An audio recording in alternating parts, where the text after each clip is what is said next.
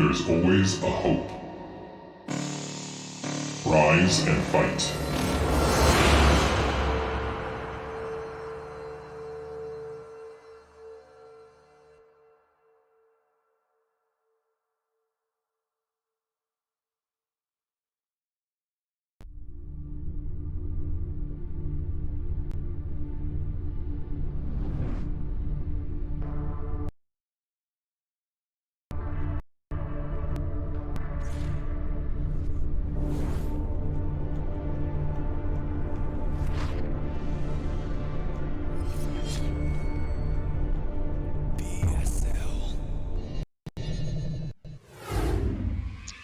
Hello, everyone, and welcome to another day of BSL 15. We are at the Asia Championships playoff series, day number 5 here.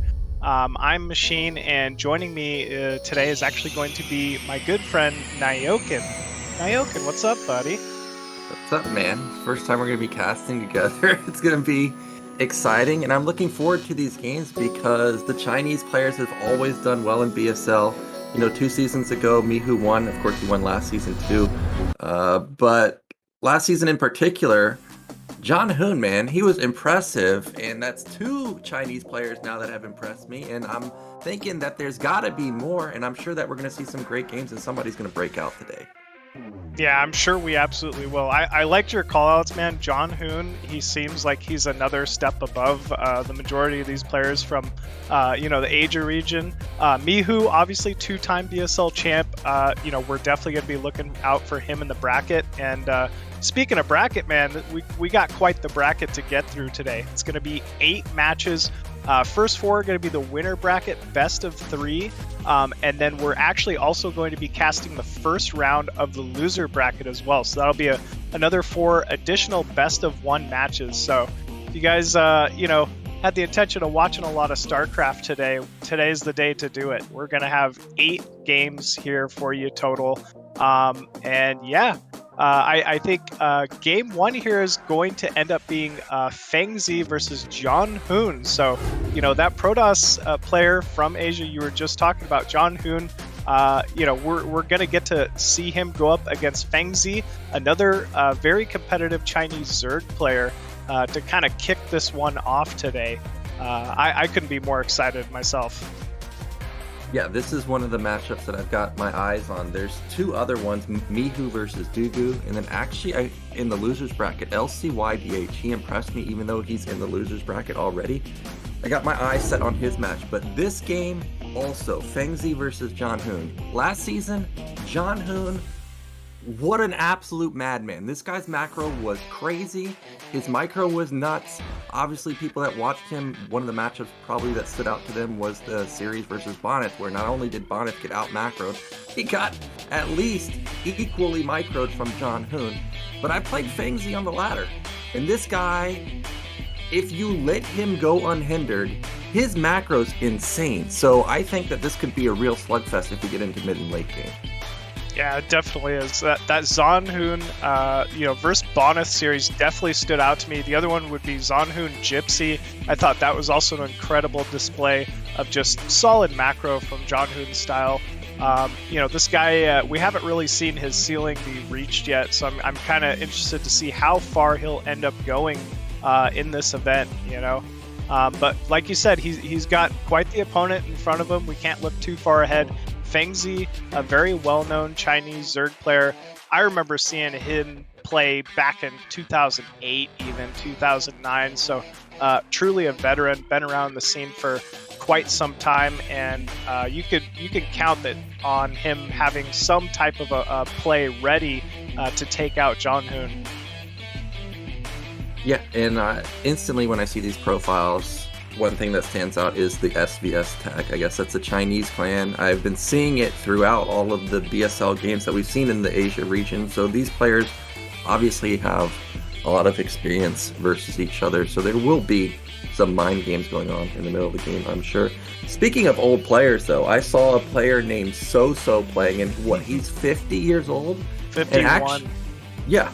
Like we've got players older than Artosis playing, and when I saw that ID, I actually thought that it was D22 So I instantly Googled. I was like, okay, is this that guy? Is this D22 So? Is that him?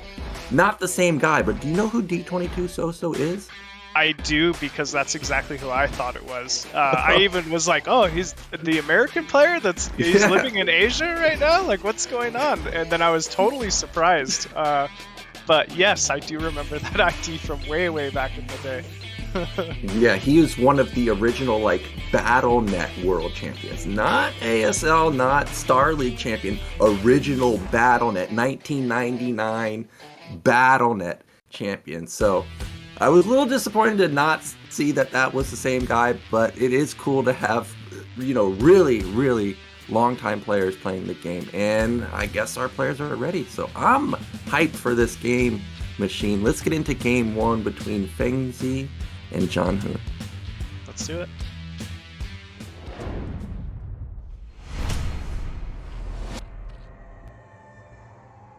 And spawning at the top right as that green Zerg player, we have Fengzi. And in the bottom right, our strong Protoss player, it is Zhanhun. Now you've already seen some of the game, or all of the games really, from the Asia region. What does Fengzi like to do in ZVP? I know you're a Zerg player, so I'm sure you paid more attention to his opening build orders. We definitely saw a lot of Muta play from him, but nothing that truly like stood out as I guess like not normal. Like he very much has a textbook opener ZVP, but truly likes to gain map control with Muta play early on. He also 9-pooled every single game versus Protoss, and it looks like he's going to be doing the same here as well. Likes to be aggressive. To be honest with you, I'm a little surprised that we're seeing a 9-pool on Butter specifically, because the map is so big from natural to natural that you're almost just hoping the Protoss tries to take a risk with something like a Nexus first here. But maybe it'll end up paying off for him. But actually, we see the probe moving to the natural here. That's got to be a Forge going down. Yeah, gonna be Forge from Zhanhun, and I agree. Like, I think that this 9-pool was a bit. Okay, now I'm confused. This is gonna be like a fake. He's gonna act like this is the original scout, and then like cannon behind it while the Lings move across the map. I think so, and I kind of like this actually. Obviously the probe cannot be scouted here behind the natural, or he's gonna be in some serious trouble. Oh my gosh. He doesn't see it, and he even sees the second probe running in here. So really, there's no indicator. Oh my gosh. First 6 Lings are out. Wow, this is some high-level meta stuff here. Wow, that's a nice way of saying dirty play. Very dirty. And it's gonna be drones behind it. And if this gets scouted, I would be shocked. Absolutely shocked. There's no way that this drone is going to go to the middle line. Yeah, it's just going to go to the third base. And this is going to be a dead hatchery. Now, ZVP, is this a dead Protoss, though? Yeah. Is he dead? Is he just going to run by? Oh, probes do get there barely in time. Starting to push these Zerglings off. Still doesn't even see the Nexus going down as well. But wow, this is kind of interesting.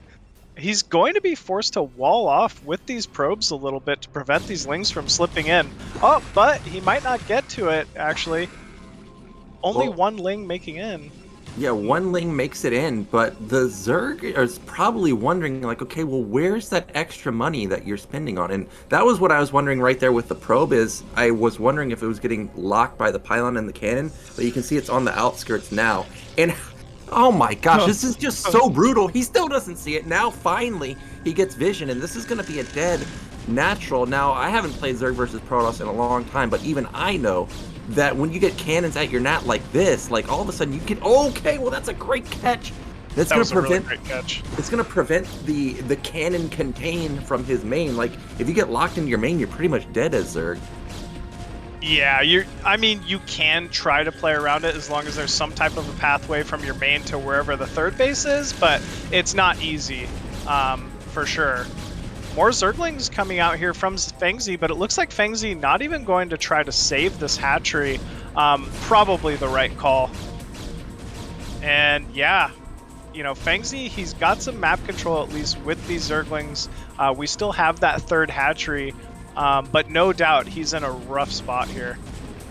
Yeah, as I'm seeing this unfold in the fact that the probe died, I'm not too sure if I like Zhanhun's position. Like, okay, I realize it's not a bad position. The probe to drone count is decent, but Fengzi has a third base out on the map.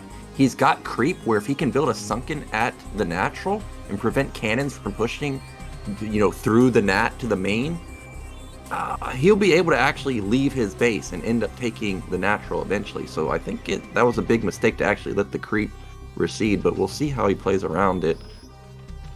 I mean, at the same time, it's putting down that extra creep colony.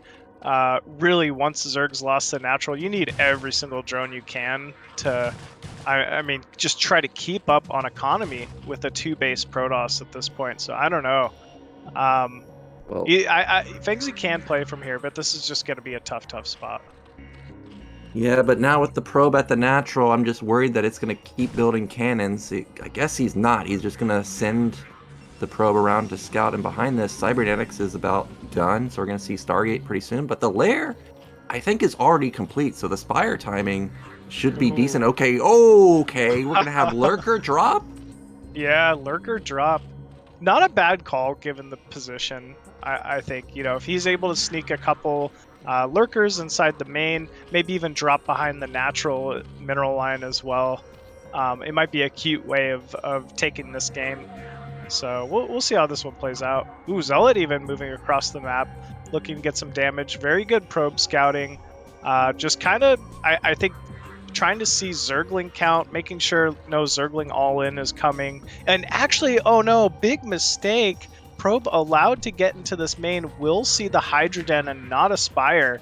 So Zhanhun, you know, he at least could look to expect something like a Lurker contain or possibly even a drop at this point. Yeah, an instant robo. That's exactly what you should be doing. And I would like to see Zhanhun put down like 2 or 3 more gates in his main, get range on his cybernetics, and go into goons already, because that will shut down everything. It will give him push power if he does get contained by lurkers. He did not confirm any tech at the 3rd base. I guess there could be technically a hidden Spire at the top left, but of course we see that's not the case. Zealots, I think, actually kind of went unseen. No, he does turn around, and now they're going to get intercepted by Lings. Yeah, but they might get a couple of free kills here. This is still taxing Fengzi's multitasking. You know, it's kind of awkward while he's trying to set up this slow lurker drop at the same time. So good pressure, at least from Zhanhun. Well, it looks like the Corsair found an Overlord on the right side, and that means that this drop is already shut down. The speed is going to take a long time for the Overlord to complete, if he's even planning to get it. And okay, there's an Overlord at the natural, but the Sarah is going to find it there too, dude. Oh no. This is, I mean, just disaster. And I mean, why would those Hydralisks even be there, right? Like, he's got to expect something funny is going on here.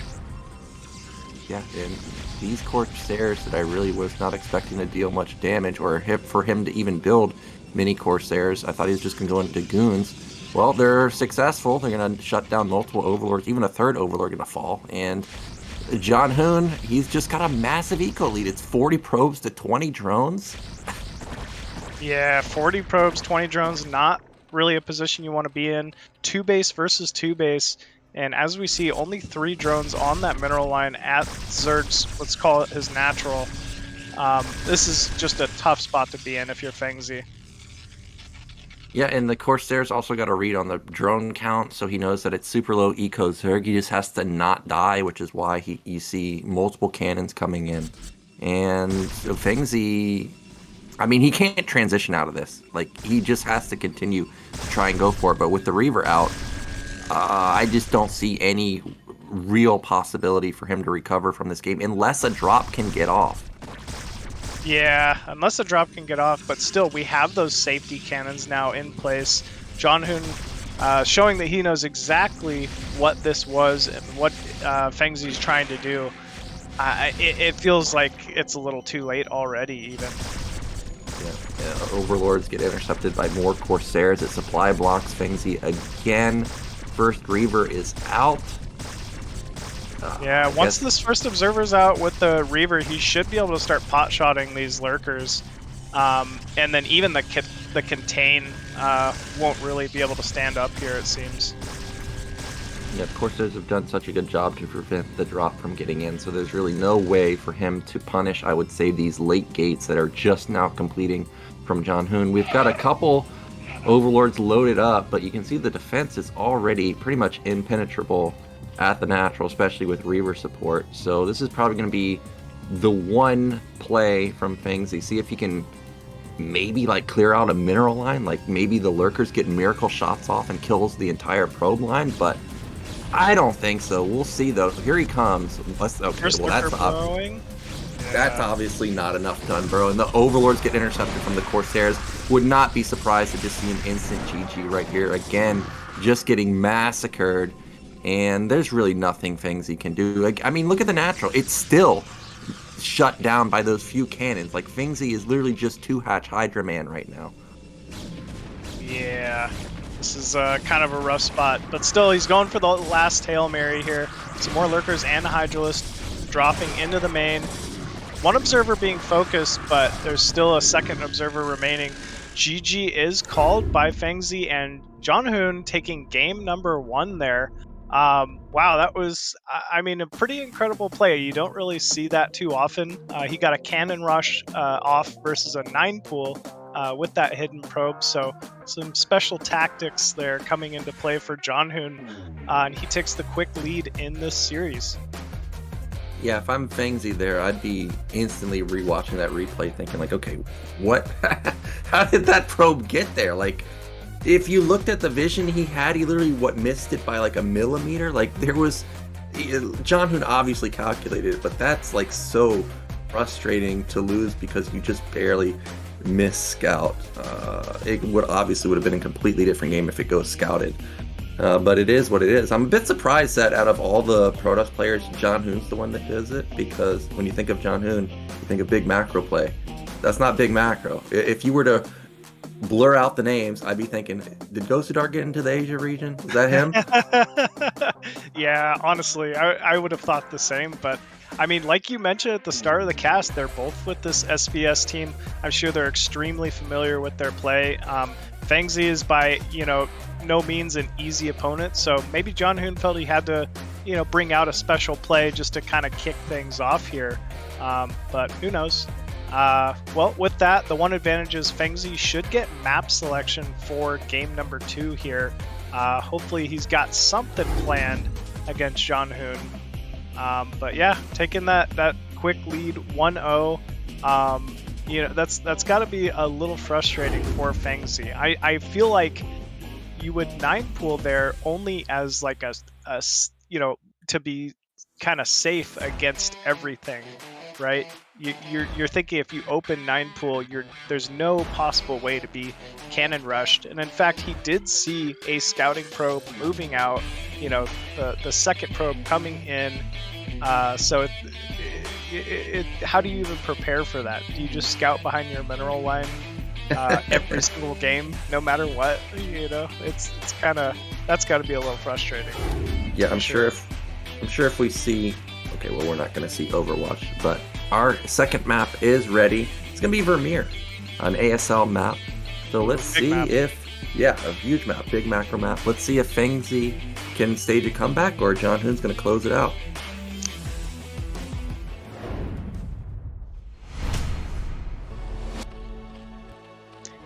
Alrighty, spawning at the top right of Vermeer as the red Zerg, we have Fengzi.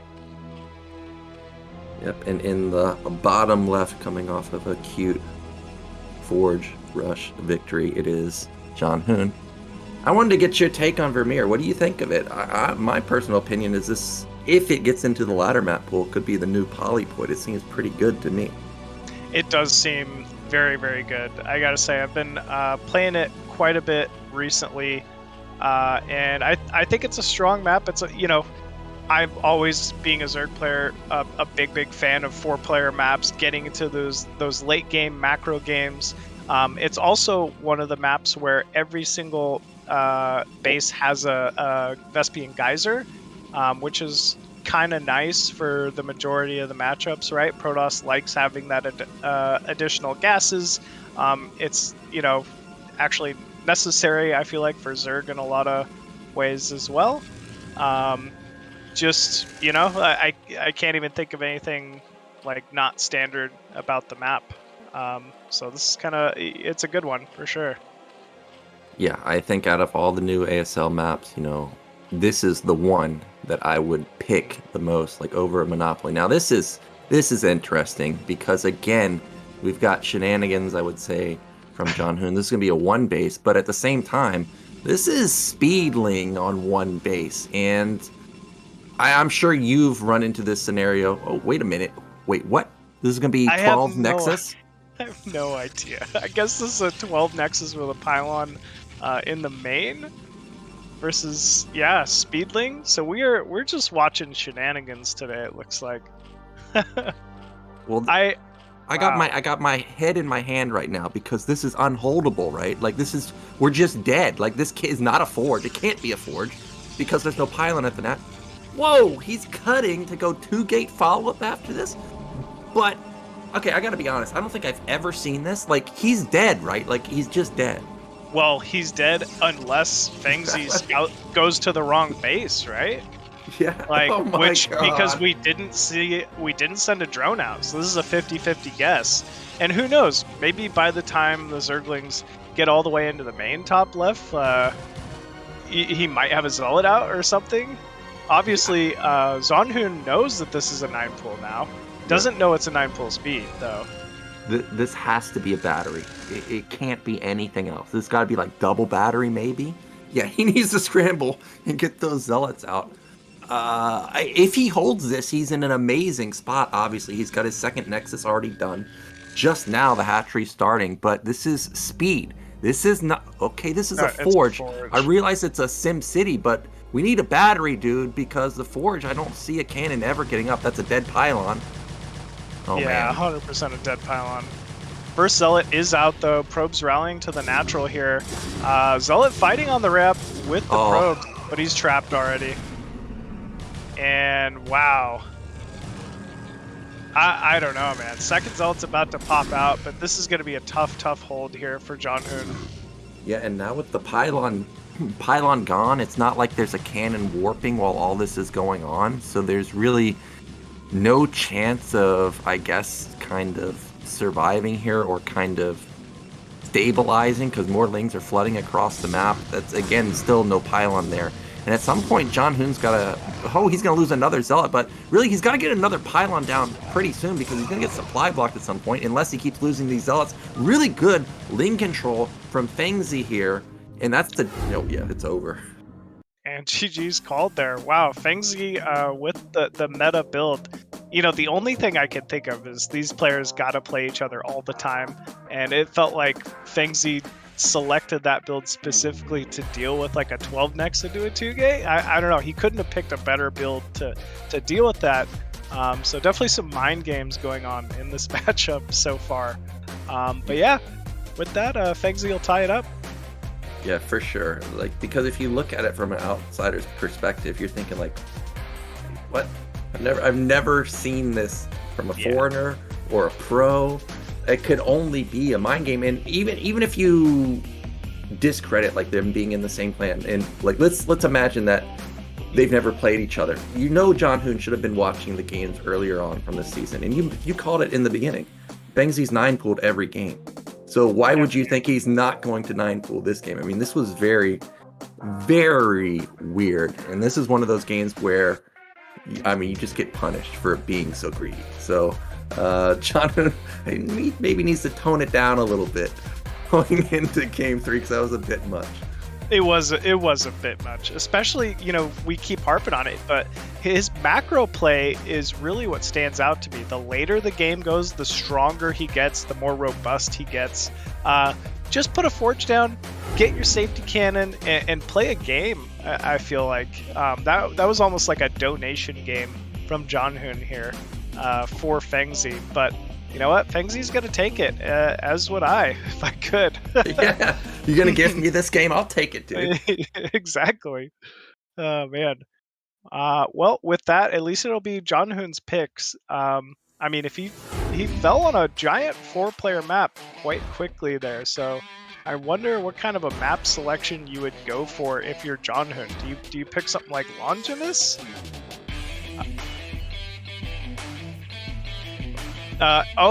Monopoly. I really like this selection, actually, from Zhanhun. This is a great PvZ map.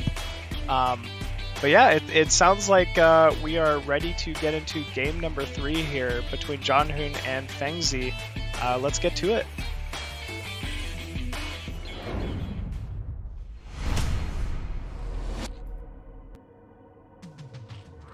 And spawning at the top left of Monopoly as the red Zerg, we have Fengzi.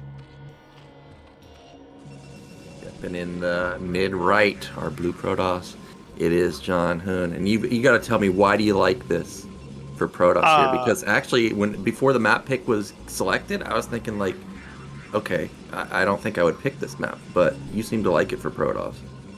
I do like this for Protoss, and the main reason is really the short distance between naturals. As a Zerg player, I like having as much time as possible between early Zealot move-outs to go ahead, switch over to that Zergling production, and try to hold, let's say, like a 4 or 5 Zealot pressure. In a position like this, if you're not able to really get a good hold on that Zealot count early, and 5 Zealots move out from a wall, it feels like almost no time to react here. Fengzi's natural, like the distance between Fengzi's natural and Zhanhun's natural seems quite short. Also, the third base, let's call it, towards the center of the map, can be very difficult for Zerg to hold for the same reason. You have in general, Zerg does not like to expand towards their opponent, but particularly on this map, because there's just no time to react, it feels like. And you know what? We're seeing a hatch first. This is the first time Fengzi has done a hatch first. And unfortunately for Zhanhun, it's going to be the first time we see him open with a forge. Well, actually, that's not true, but he is opening with a forge this game. Cannon rush time. Cannon rush time? You think he's going to... Oh my god. Can you wall this off? Yeah. I guess you can right there. Yeah, I think you can, actually. Well, he's got to get into position if he's... Okay, I didn't realize you could build a pylon right there. But what you can do here is you can stack those drones and push them through. But that's not how you push them through. He's got to get into that middle path right there. One drone. 2 drones do pop over, though. Yeah, this is going to be shut down. Okay, I don't know if it's going to be shut down. Really? How many drones do you need to shut down this cannon? I think you got to get 3 drones attacking it. Second probe is going over. Okay, we do have the 3rd drone. Now I feel a lot better here for Fengzi. But there is a second cannon warping in. Drones trying to do a little bit of damage to this pylon. Another drone drill trying to get over. But actually, we already have Zerglings on the way. No creep colony being produced here, though. And actually, wow. I don't think Fengzi noticed that the probe snuck around that pylon on the right side. Like, he can actually just swoop around. He doesn't have to drill to get on top of that cannon right now. But the cannon is going to complete. Lings are going to be coming out, though. But this may be 6 Lings, 8 Lings. This should be enough, right? I think so. It's really going to come down to that probe block. Zerglings trying to get on top of this cannon as quickly as they can, desperately. Wow. At least it's allowing some time for the Sunken to be morphed. Sunken does go down, and yeah, it looks like the cannon taking some pretty significant damage, and this is just barely held from Fengzi. Yeah, wow. Really barely held, but Zhanhun committed a lot there. That was 2 cannons, 3 pylons. I'm questioning whether it was worth or not. I actually think it's kind of even right now, because look at the Nexus.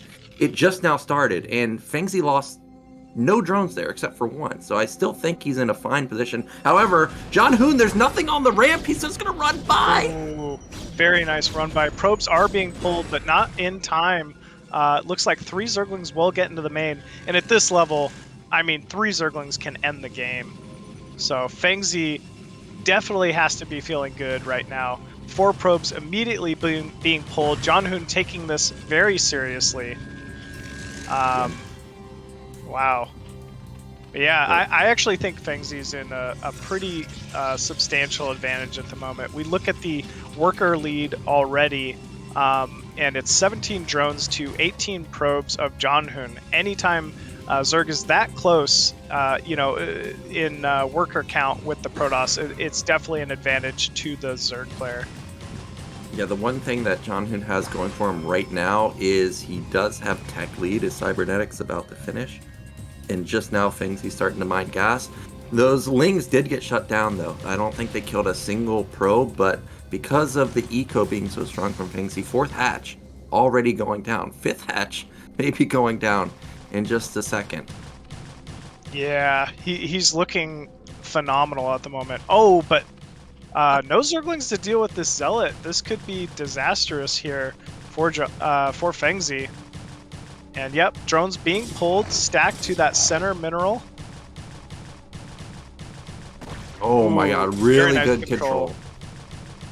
Wow, he splits all of the drones up, and he's going to save all of them, but the Zealot has already disrupted a lot of the mining time, so even though he doesn't get a kill, he has probably gained, what, like 200 mineral? Oh my gosh, he gets a kill onto a drone. Can he get another one? Yeah, that Zealot is quite low. Ooh, drone just barely slips back to that natural. And yeah, Zhanhun just doing what he needs to slowly start coming back in this one. This Zealot's done significant damage so far. Doesn't quite get that additional drone in the main, but he has at least scouted the tech, scouted the 3rd base now with another Zealot, and there's actually an additional Zealot running into the natural here. Ooh, one more drone falling. That's very painful for Fengzi here.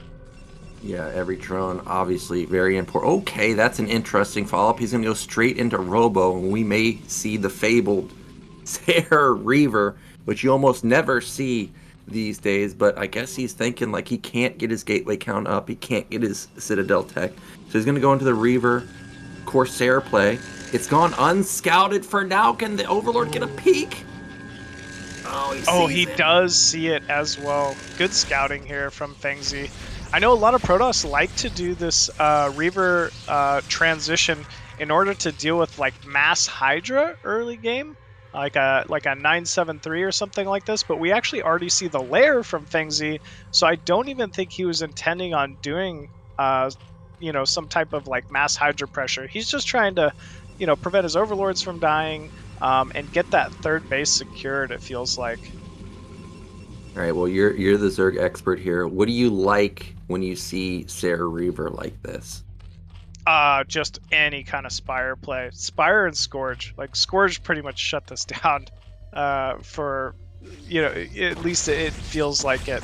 So I would expect to see Fengzi putting down a Spire instantly.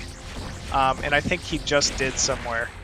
So, unfortunately, though, you don't want to be losing these Overlords. There should be a couple Hydras parked over this natural trying to deal with these Corsairs, but they're just being allowed to get some free kills here. Oh, he's a little distracted dealing with these Zealots, I guess. But still, this is a big supply block, unfortunately. Overlord speed being researched. Other two Zealots moving into the natural here. Going to allow these Corsairs to do some additional damage. Oh, but actually even getting out with that Corsair. Very good control here from Zhanhun. Just barely getting out, but we didn't see a Spire anywhere, actually. And that's 2 drones not mining. So that's a lot of lost eco for Fengzi, and that is a big deal. And without the Spire, whether or not you're going Mutas or Scourge, I mean, it's important to get armor. Like, if these Sairs get +1 weapon and they can find clumped Overlords, they're gonna melt. And if you're supply blocked versus somebody that has the powerful Reaver, it could turn into a nightmare quite quickly. So Fengzi really does need to get this Spire, and there it is, finally going up. Ooh, Spire is down. That's going to be a big deal once that gets online, but obviously it just started, so we've got definitely a window of opportunity here for Zhanhun to get some damage in. You were talking about what do you like against Sarah Reaver, and the other thing is honestly just burrow tech. Burrowed Hydralis would be great at being able to deal with this. Whoa, what? No way. I can't believe he just slipped in there. I thought those Hydralis could hit that for sure. But actually... I was going to say, I think he doesn't have range on his Hydras, because there's no way that those Hydras didn't have range to hit that, right? Like, Yeah, he must not. He must not have range. And we don't see it researching yet either. Yeah, I mean, maybe it is already done, but that looked like they didn't have range. I was more shocked that Zhanhun went for that, but he at least made it awkward for Fengzi for a moment. That's a big Reaver hit, and they're all getting clumped up. Oh my that's gosh. massive. Amazing Scarab there. Even coming in for a third Scarab, taking out another 2 Hydras, and suddenly this one shuttle full of 2 Zealot and a Reaver takes out the 3rd base. Yeah, and the Spire's there. Like, he could focus that down, but instead he's gonna kill this hatchery. You gotta remember, Reaver does 100 damage, so that's about to just get blown up. I guess it did kind of dud out right there. Drones are transferring back. That's a dead hatch. See you later. And now, Fengzi, he's in big time trouble. And now all of his defense is on the left side of the map, whereas the shuttles just go straight into the main now. Oh no, this is disastrous. Oh, we do have 3 Muta out though, but entire drone line going to be forced to be pulled here. 1 drone is falling, and these Muta will end this shuttle Reaver, but not before it picks up a couple more kills. And oh my gosh, 11 kills Scarab at the natural. This is just spelling doom here for poor Fengzi. Yeah, and this is one of the hardest aspects about Monopoly is once you get pulled to one side of the map, it's incredibly difficult to get the other side. And look at this, he's got a DT coming. If Reaver harassment wasn't enough, he's got the Invisible Man coming to the 3rd base, and all of the Hydras have left. So that's going to be one shot central. All Zhanhun has to do right now is not die to this counterattack. It's massive. Do the Templars have Storm? It doesn't look like it. Hot pickup under the Reaver. There's the Storm. He does. Got baited in there. We still got the Reaver. Very nice control with that shuttle to try to keep that Reaver alive just a little bit longer. And yeah, Hydralisks are just starting to melt to this Cannon Storm. Yeah, there's just not enough for Fengzi, and unfortunately, I think he's going to be dead in the water in a moment. Yeah, the gateway count has already picked up for Zhanhun. He's going to hit his massive power spike pretty soon. And look how many Templars are left. There's 5 of them. Yeah, 5 left. I mean, that's potential Archons as well. GG is called there from Fengzi. And Zhanhun taking that game 2-1, taking that series 2-1 after a really rough start with that failed cannon rush. I'm quite surprised he was able to come back from that. But yeah, very well played there from Zhanhun. Yeah, it was really well done from Zhanhun. I thought once the Reaver tech got scouted, I thought that Fengzi was going to power a little harder, especially once he had the 4 or 5 hatches. I thought we were going to see Burrow, but that didn't come in.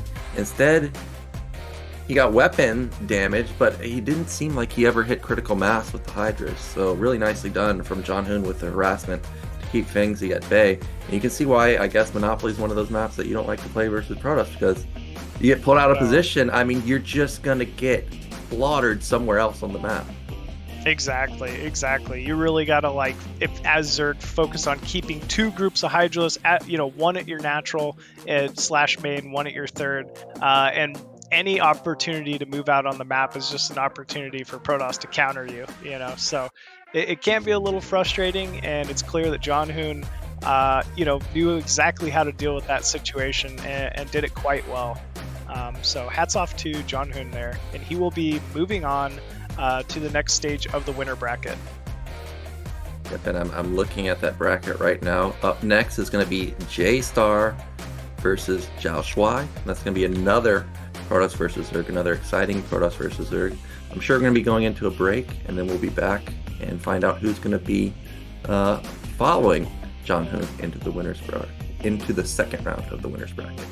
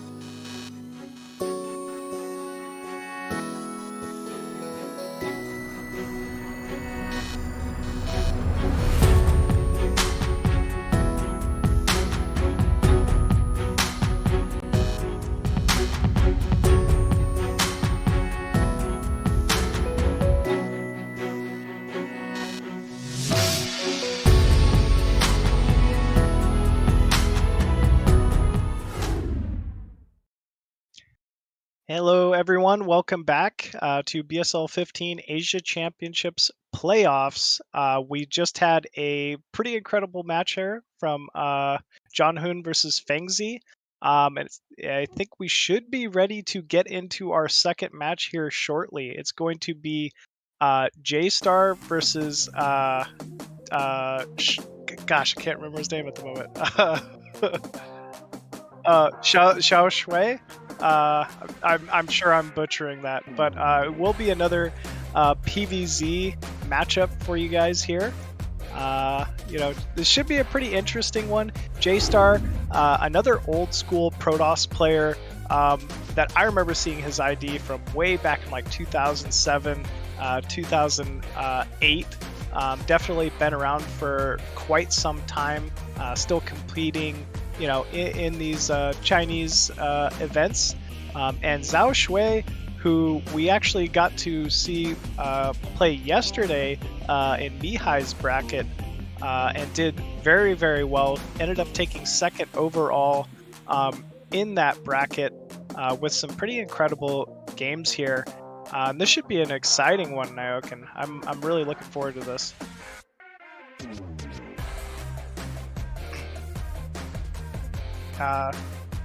So yeah, this is gonna be a pretty interesting one. XiaoShuai, we got to see him play, some very incredible Zerg. Nothing out of the ordinary from him. What really stood out to me once again was his muta control, and actually even his drone control. He was very aggressive with his early drone yesterday, even against Mihu. Doing some really fancy control, and that's something that kind of just stands out to me. Very standard macro-oriented player as well. And because of the brackets, I believe we're going to be starting this series off on Butter, 2-player map, pretty standard, for the most part, except, key features that I'd say is the naturals are a little further apart than your typical map. Actually, never mind, to take that back. It's going to be a Monopoly game 1 here. This is the map we just ended up seeing. I like this map in general for PvZ, just due to those short rush distances. We also have a island base in the center, which can be utilized occasionally. Also has 2 Vespene geysers at it. You typically see a lot of Protoss take it, but there's no reason if you're Zerg and going like mid-game Lurker Hydra jobs that you couldn't take the base as well. So yeah, it's kind of an interesting one here. Really looking forward to this match. Yeah, I think I'm back. Am I back, machine? Yeah, you're back, buddy. You're back. Yeah, We're here. We're back. Couldn't start without you. Yeah, we can't do a BSL cast without me dropping. It's just how it's always been ever since I started BSL. But yeah, I'm ready for this, man. PvZ, another one. JayStar versus XiaoShuai, right? Yep. JayStar versus XiaoShuai. It sounds like we are ready to get into game number 1 here between these two. Here we go.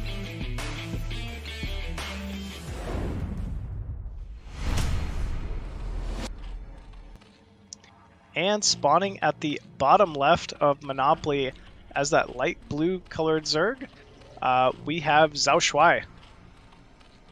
Yep, and in the top left are grayish blue.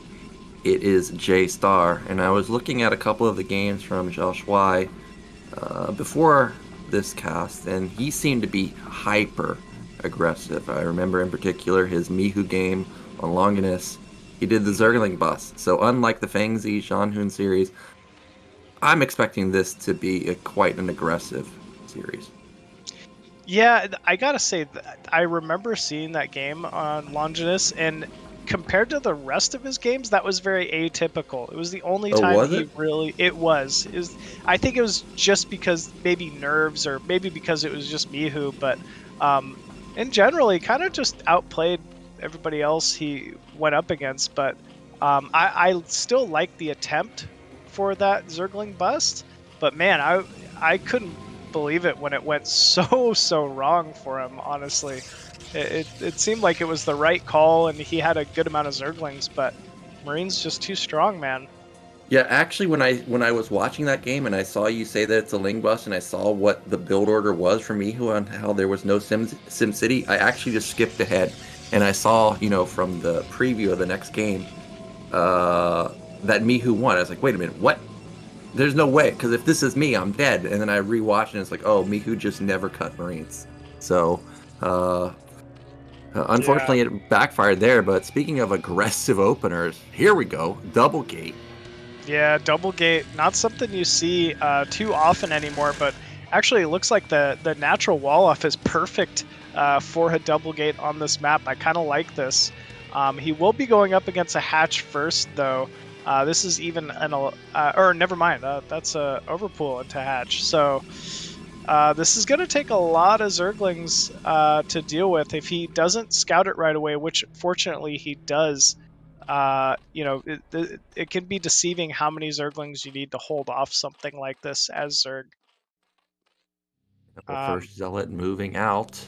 And that's going to be 2 probes being pulled with it also. This is very old school style. 3 probes. Okay, killing an early probe. That's a huge deal.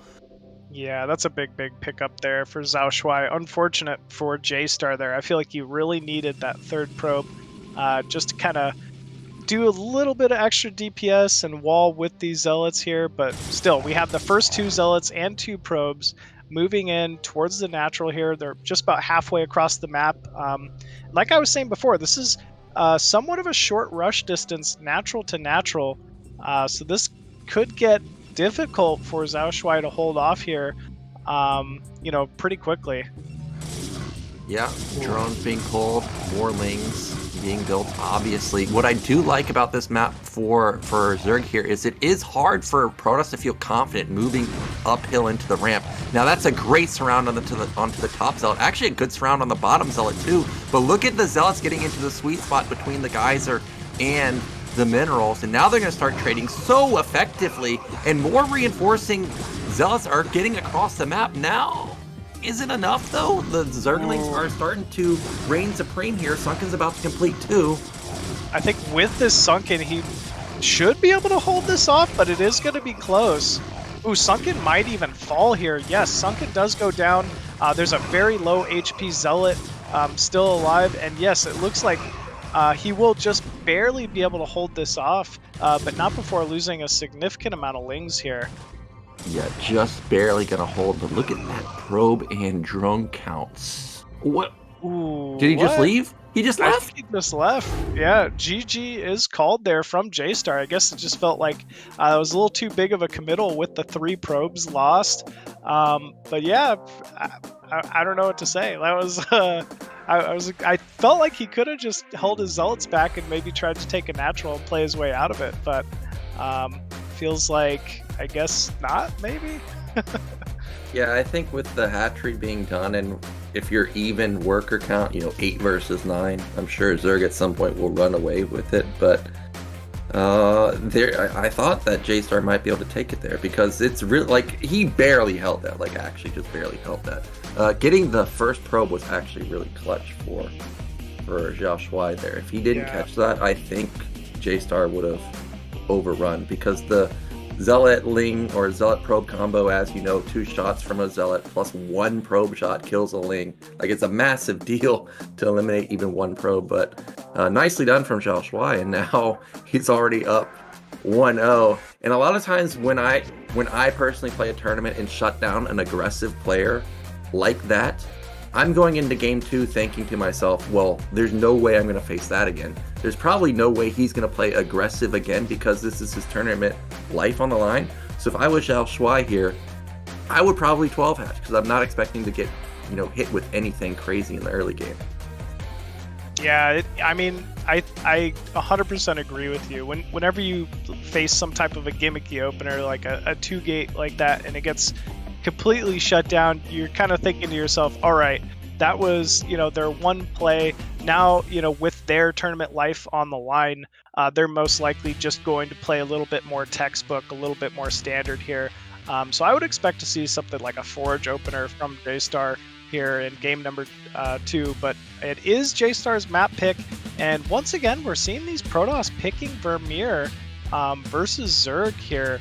I personally don't think this is a bad call for PvZ either. It just, you know, it lends itself towards more of like a standard macro game, so kind of a cool selection here from JayStar.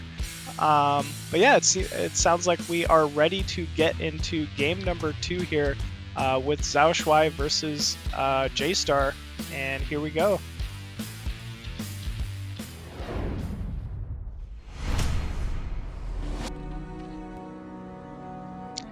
And spawning at the top left as the pink Zerg, we have XiaoShuai. Yep, and in the bottom right, our yellow Protoss. It is JayStar. And I wanted to ask you, do you know what XiaoShuai's ID is? Do you know what it means? No, I have no idea. I'm asking you because I'm sure you and other media players will appreciate it. I'm pretty sure Zhao means like little, but the key one for you is Shuai. It means like handsome or like cool. So it's like little handsome guy or little cool guy. Little handsome. Yeah, I'm pretty sure. I could be wrong, but I'm pretty sure that's what it is. Oh, okay. What, your Korean now translates to Mandarin now? Yeah. No, actually, it's from lineage, man. Like I was friends with some Chinese people, and they would say like, "Oh, you're very Shuai." I'm like, "What?" And they're like, "It means you're cool." I'm like, "Okay, thank you." I don't know why they said that, but as soon as I saw that word, I was like, "Oh, I know that. I know that word." Little handsome. I like it. You know, XiaoShuai is actually a commentator in China as well. Oh, yeah? I think he's mainly known for his commentary. Yeah. That was something I kind of looked up before casting these series. But yeah, he's a big commentator for... my brain just broke. What did we say before this game started? I was thinking like, wow, this was a completely off call. This is going to be the exact same thing. And XiaoShuai obviously doesn't think like I do, because that's a 9-pool opener or an overpool opener from him. And that's going to be the correct move, because you don't want to be facing a double gate like this with 12 hatch. Well, maybe you do, because it is cross-spawn in this scenario. Actually. Yeah, this scenario, even a 12 hatch would be fine. I don't think this is the right map to go 2-gate on. I didn't mind it on Monopoly, to be honest with you. But this is such a large map. There's so much distance to travel, you know, with these zealots that it doesn't lend itself to be beneficial. It feels like, oh, unless you go overpool and make nothing but drones. I don't know what we're watching here. I feel like XiaoShuai is kind of meditating himself here. He's like up 1-0. He's got that comfortable lead. He's like, there's no way it's 2-gate again, right? At most, it could be a 1-gate. But no, it's 2 gateways. And drone scouting in. Sees it now. Yeah, luckily he saved that larva. I like that. He saved, because look at that. He was going to build a 3rd hatch without scouting, and that would have been doomsday for him. So nicely done that he did save the larva to at least be able to respond to this. This first zealot is already here, and you know what okay, more probes are being pulled. So again, this is a committed 2-gate. It's not, there's no transition. Look at him, he's even cutting probes here. Yeah, he's very, very committed with this, but so is Zerg, pulling drones to the front line. He's got to try to get that creep colony down as quickly as possible. Ooh, first zealot and probe being surrounded, but still there's 2 more zealots to fight. Drones kind of being pulled around mishmash at that natural. Sunken is morphing. I mean, he knows this is it. He's just got a hold, and he's got this one. First drone falling immediately. Zerglings being popped as well. 3rd drone even falling. But we have that Sunken now, and with that Sunken, I think he should force JayStar to back up from here. Yeah, this is a held attack. This time around, Protoss only lost a single probe, so you can see he is going to transition out of this, but he's going to lose all of his zealots here, or at least the majority of them. And that's going to fall too, and now all of a sudden, he's going to have to build more zealots just to hold for a counterattack, because obviously he has no idea what Zerg's doing. Zerg could be doing all types of things. It could be powering behind it, could be all-inning, and that's going to delay his Nexus follow-up if he even plans to go for a Nexus. There's no gas in the main, so I'm assuming that it is going to be a Nexus follow-up, but you never know, I guess. Yeah, you never really know.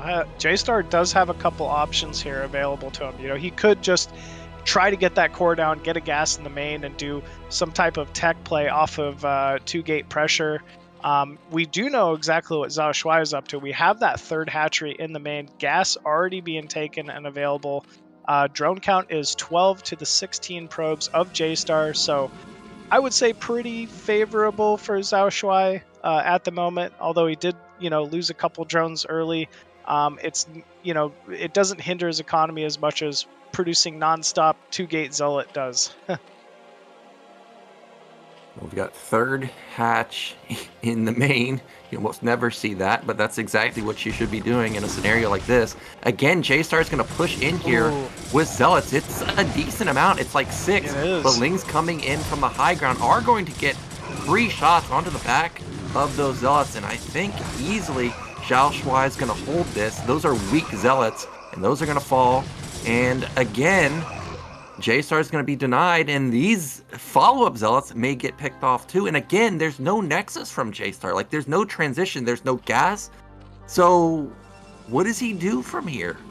It looks like he is just going to put a Nexus down, but it's highly delayed. He was very committed with this two-gate Zealot. We do see a Hydra Den down inside the main as well. But yeah, this is going to be rough. I feel like XiaoShuai making the appropriate call to get that Hydra Den down as opposed to maybe trying to transition to layer tech. And the reason being, whenever Protoss puts these two gateways up front, they're just very easy to pick off with Hydralisk. You don't even need range Hydralisk, just because the buildings are so big, so fat that any type of range attack should be able to tear them down essentially for free. JayStar still has gotten no vision onto what Zerg is really doing. I would be worried that there's no speed on these Lings, because a lot of time it means it's lair, but this time around it is going to be just Hydras. And again, this is a lot of Lings, and it's more than enough to take down all these Zealots. Again, I have to say he must get in here with this Zealot. Like, he's got to know what's going on. And he is going to get in and see that it is 3 hatch, and he is going to confirm the Hydra Den. Yep, no lair, but it is the Hydra Den once again. JayStar still sending a couple Zealots around the center of the map. Maybe trying to slip a countering Zealot around once XiaoShuai moves out.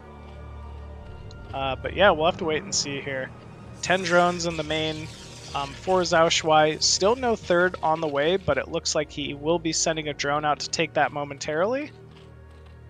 Well, that Zealot not only confirmed the Hydra Den, but also confirmed that all those larvae being morphed were drones. So he at least knows that the Hydra bus not coming just yet. The Zealot on the top side of the map going to deny this third base for a little bit of time, but XiaoShuai has really ramped up his eco 25 drones to 31 probes. I'm sure he's just fine with that. Finally, JayStar's natural has at least come up and running. Yeah, I feel like JayStar, though, actually transitioning out of this pretty well. This is a very unusual scenario, opening this 2-gate, especially cross-map, failing it. But he does have, some cannons up. He's got a forge. Core is on the way. He's doing his best he can to really transition out of this. And, at least for the moment, he is 2-base versus a 2-base Zerg. So not the worst position to be in. Yeah, a lot of Protoss players, I think, would love that scenario, 2-base versus 2-base. But now, XiaoShuai's eco really kicking in. He's starting to ramp up that hatchery production. He picks off that hidden Zealot. The gateways are going to start falling. And Machine, you know what I don't see in JayStar's main? What's that? I don't see any completed gateways. That's what I don't see. So he has no production right now, and the Overlord sees it. Like, he knows that this guy has no production. So you know what you can do when you know that you can't be attacked? What's that? You can hit that drone button. You can drone to infinity and beyond. And we're already seeing that. Look at that drone count. 37 drones to the 41 probes of JayStar. Scouting in with the Zergling there. But yeah, we obviously know there's no reason for him to really press into these cannons. Ooh, Dragoon range being researched. That's quite early, I gotta say, even before +1 from JayStar. No natural gas being taken yet either from JayStar. It's kind of an odd selection. It looks like I mean, is this like a Dragoon build? I don't know what this is, but I- this is a I'm little also different. I'm also not sure because from what I know, you need gas to build goons, right? But he has no nat gas. I think this is just an optimized like zealot goon combo trying to catch JiaoShuai powering a little bit too hard, but the Overlord, I mean, he saw everything. He knows that it's a 6 gate. He knows that, well, I'm not sure if he saw range, but he knows that a lot of units are going to be coming pretty soon, and you can see that he's already backing off. That's a 6 hatchery going up. Good SimCity worker lead for Zerg. So as long as Zerg can hold this counterattack, he's going to be going into mid and late game in a fantastic position. It is a Dragoon timing. Still no natural gas being taken as well. Yeah, it looks like this is just going to be a weird catch, like awkward timing that he's hoping XiaoShuai possibly powers a little too hard for. XiaoShuai, though, has that Spire tech on the way. And really, I feel like once mutas are on the field, there's just going to be no counter. Yeah, but this is a lot of Protoss, and with Dragoon support, with range already done, this could catch JiaoShuai off guard. I mean, supply lead for Protoss, but I don't think it's sizable enough to overcome the Zerg macro, but we'll see. We also have to remember that there's no Corsairs here, so like the Overlords are never going to get killed. It's not going to supply block JiaoShuai. Now, this could be a mistake. JiaoShuai getting out into the center of the map. I feel like this is exactly what JayStar wants instead of attacking into a SimCity defensive Zerg position, but we'll see. He also just might feel so confident at the moment. I mean, we look at the supplies, it's almost even here for XiaoShuai. 94 for XiaoShuai to 97 for JayStar. Here we go. First big engagement in the center.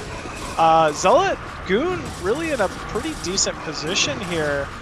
Zealot's tanking fairly well for these ranged Dragoons. And yeah, these Hydras kind of getting caught out of position here, though. Ooh, Muta's just completed, though. That should allow these Mutas to start getting on top of this Dragoon numbers. Zealot's trying to deal with the Hydralisk as well. But yeah, this is a lot of Zerg. Yeah, this is just too much Zerg. And even if the Mutas can't beat the Goons head on, what it did was force the Zealots versus the Hydras, and there was just an overwhelming amount of Hydras, and JayStar taps out. And that's a quick 2-0, and XiaoShuai, who, I only saw one VOD of him with the aggressive play versus Mihu. Well, that was not aggressive play. I mean, that was big macro play from him, and it was quite impressive, too. Yeah, great, like reactionary play. You don't ever really expect to run into that 2-gate, especially on such a massive map like Vermeer.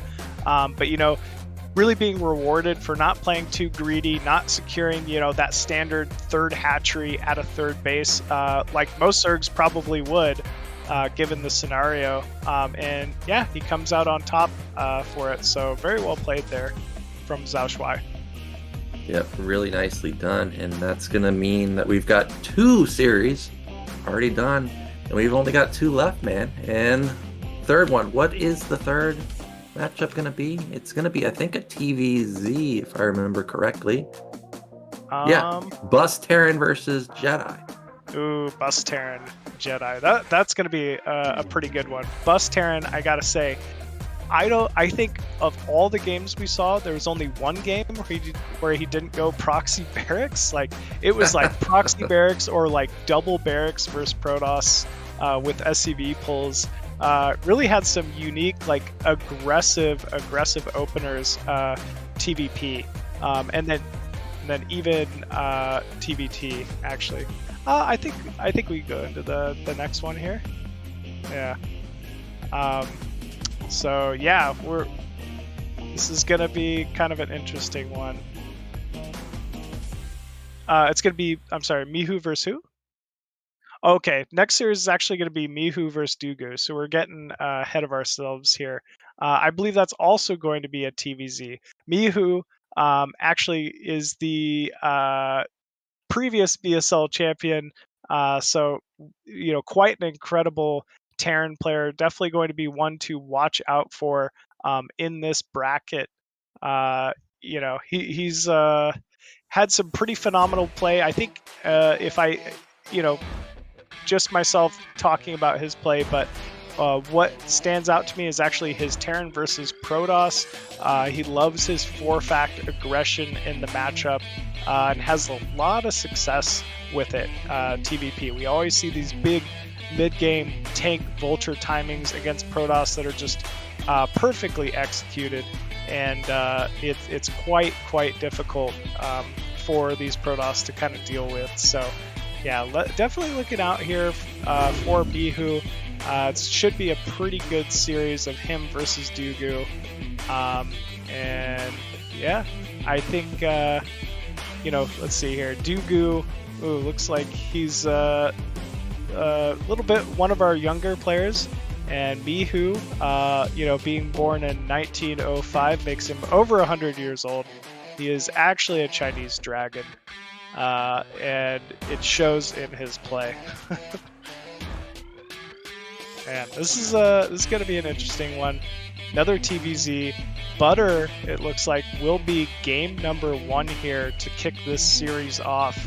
We've got to see this map quite a bit for the Zerg versus Protoss matchup, but I believe it's kind of one of the first times we're getting to see it this season for Terran versus Zerg specifically. When I think of Butter for TVZ, I really feel like the third gas base for Zerg can be a little difficult to hold versus bio timings, being as there is no ramp leading to it. You kind of just rely on either muta control or getting, a sizable enough lurker sunken force to kind of hold that. So yeah, that's just kind of my random thoughts. There's still plenty of neutral ground area for Zerg to harass with Mutalisks, and even the main, and natural for Terran can be harassable with muta play. So it can, get a little difficult for Terran there. But I feel like the longer the game goes, the more favored this will end up being for Mihu here. So yeah, I think we are ready to get into game number 1 here of Mihu versus DuGu, Terran versus Zerg, and here we go.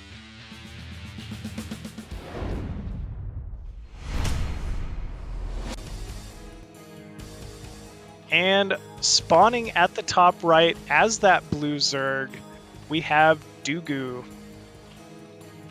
Yep, and I'm back machine in the bottom right, our BSL champion. It is Mihu, and I mentioned earlier that I wanted to see the Zhanhun series. This was obviously the other series that I wanted to see, not just because Mihu is the champion and he's a Terran player, but when I was watching the VODs of DuGu, he had big time macro too, and I think versus someone like Mihu, you can't play low eco like XiaoShuai played versus him on Longinus. If you're going to play versus Mihu, you just got to be willing to go toe-to-toe versus this guy. And I think DuGu's one of those Zerg players that can do it, at least from what I've seen so far. Yeah, absolutely. I like the way you said that. If you're going to play against Mihu, you got to go toe-to-toe with him. And it's kind of a trait we see with a lot of these top tier, not just Terrans, but top tier players, right? The players that are truly good are so good that they're going to make you outplay them. They're not going to give away simple mistakes. They're not going to take, silly, unnecessary risks. They're just going to play safe, standard, and truly, force you to earn the win against them. And yeah, that's exactly how Mihu plays. I wouldn't expect anything out of the ordinary from Mihu. He feels like he's the better player. You can see it in his play, and it's kind of just shown that that's been the case so far. Yeah, and even though quick academy move-outs are pretty common these days from Terran players, I mean, Mihu's just not someone that does that. He may move out at a relatively quick timing, but it's not, you know, ample style where he's stimming across the map going for a killing move. Like, it's going to be big eco behind it. And speaking of eco, even subtle things here. There's going to be a 15 scout from Mihu. Typical Terran scout timing is at 11. So already he's prioritizing that slight eco advantage just so he can get up a faster command center, just so he can have a slightly better eco going to the mid game. I mean, this is just typical Mihu style. I like the call. I think a lot of that, you know, that slight delay probably has to do with the map, right? Butter, we keep harping on it, but there's a little bit more of a distance from natural to natural on this map. So I feel like he'd be less concerned of things like an overpool opener or a 9-pool opener, or, you know, some kind of unorthodox play from our Zerg player here. So yeah, I think this is the right call. We're not seeing the OP opener on Butter, which I think is the best opener you can go for. On this map, you can wall with the depot racks, but what you can do is you can scout after the depot and go for command center if you see a hatchery. You remember how I used to do that all the time on Destination? Yep. You can do that here. Mihu didn't go for that, but I think as we see more and more games played on this map, we're going to see a lot more Terrans opt for that, because I mean, it's just so broken if you can get away with a 14cc. Doesn't it die to like a 4-pool though? Yeah, it does die to 4-pool, but you would have to be, you know, relying that this person's going 14cc often. And that's a lot of links, machine. And I feel like this is going to be similar to the XiaoShuai game, where this looks like a lot of links. It looks like it's going to work, but this is double racks from Terran. Like, this is going to be 6 Marines in a second, and he's going to put up a depot. I'm not sure if this is going to work. Yeah, I'm not sure either, honestly. Mihu not really cutting, but here we go. Speedlings coming in, trying to get a good surround on this Marine Force, and actually, I don't know. It looks like he's at least going to take out the majority of these lings. SCVs are being pulled though, and there's still 5 Zerglings remaining here. They're a little bruised, getting some damage done, forcing a lot of lost mining time. And you know what? I like that. I think it went pretty decent there for DuGu. Oh, it went more than decent. This is game-ending damage for DuGu right here. I didn't realize that this was speed before the lair. If this was no speed, I think that Mihu may have been able to pull SCVs and held it. But now, after losing his Marine count, forcing a bunker that he doesn't really want to build here, he's lost mining time. He's floating a lot of gas here, so I'm not even sure if he's upgrading stem or range. The SCVs or the Marines are still taking losses here, and this is a fast Spire follow-up. Yeah, this is just great control. Spire should be up here momentarily. He's even already securing that 3rd base at the close expansion. Things are looking very good for DuGu. Yeah, this is about as good of a position as you're ever going to get as Zerg, and that's a heartbreaker right there. That's I think just slightly delayed eBay, I guess because the speed was first compared to the lair. Maybe this is still an okay timing, but Mihu's going to have to scramble to get up his turrets. The first Mutalisks are in production. We can see one of the drones not mining. Actually, 2 of the drones not mining right there. Yeah, I see that. He fixed one of them. The other one's just going to hang out at that mineral for a while. Yeah. Oh, man. Still, though, I think things are looking excellent for our Zerg player here. Turrets are being placed, though. There's still quite a bit of travel time before those Mutalisks will arrive at the Terran base. So turrets should be up in time. Air attack being upgraded here for DuGu, as opposed to that air armor. Yeah, almost every Zerg player these days is going for weapon. I'm kind of on the fence about weapon versus armor. There are games where weapon is clearly the better choice, like it just snowballs so hard. But there are other games where I feel like, okay, well, if you had gone armor here, you would have easily won. But it looks like he's going to try and snowball it. I think it doesn't really matter which one he picks here because his eco's so good. His 3rd hatch is already done. He's kept Terran back. Terran hasn't even started a factory. I mean, Terran's just so far behind here. I don't think you can really make a bad choice. Yeah, exactly. I guess to go back to armor versus attack, I've always been a fan of the armor. The one big bonus that I like the later the game goes is battle cruisers then don't one-shot Scourge, which is kind of a nice perk. Yeah, for sure. And if you forget +1 armor later on, I mean, the BCs will snowball a game real quick. But here come more Mutalists into the natural. They've picked off a handful of SCVs, taking down Marines, taking down medics. And this is just what happens in TVZ if you lose your Marine count. Wow. They just get murdered. Like, you never have critical mass Marines. And there were 4 or 5 Marines in that bunker the whole time. And now they're going to come out, but now it's just 4 Marines left over versus 10 Mutalists. Yeah, great control there. That Overlord a little far out on that cliff, though. I think, I don't know if that's a bait Overlord or what, but still pretty massive damage being done inside the main here, or the natural. But actually, Muta's flying into the main, going to pick off this first turret, second turret. SCV's also falling. And yeah, he's just creating some openings here. Yeah, that was really good repair there, but now into the Gypsy sweet spot. Those Mutalists are at the bottom right side of the mineral line, and there's just no way you can engage this. In fact, actually, yeah, there we go. Now he's going to get into position right there as Marines funnel in 1 or 2 at a time. We've just got to see a GG. Yep, there it is. He taps out, and that was perfection from our third player right there. Yeah, perfection. I couldn't have said it better. I really was kind of agreeing with you there. I didn't expect the Zerglings to get in and be able to do so much damage to that Marine count early on.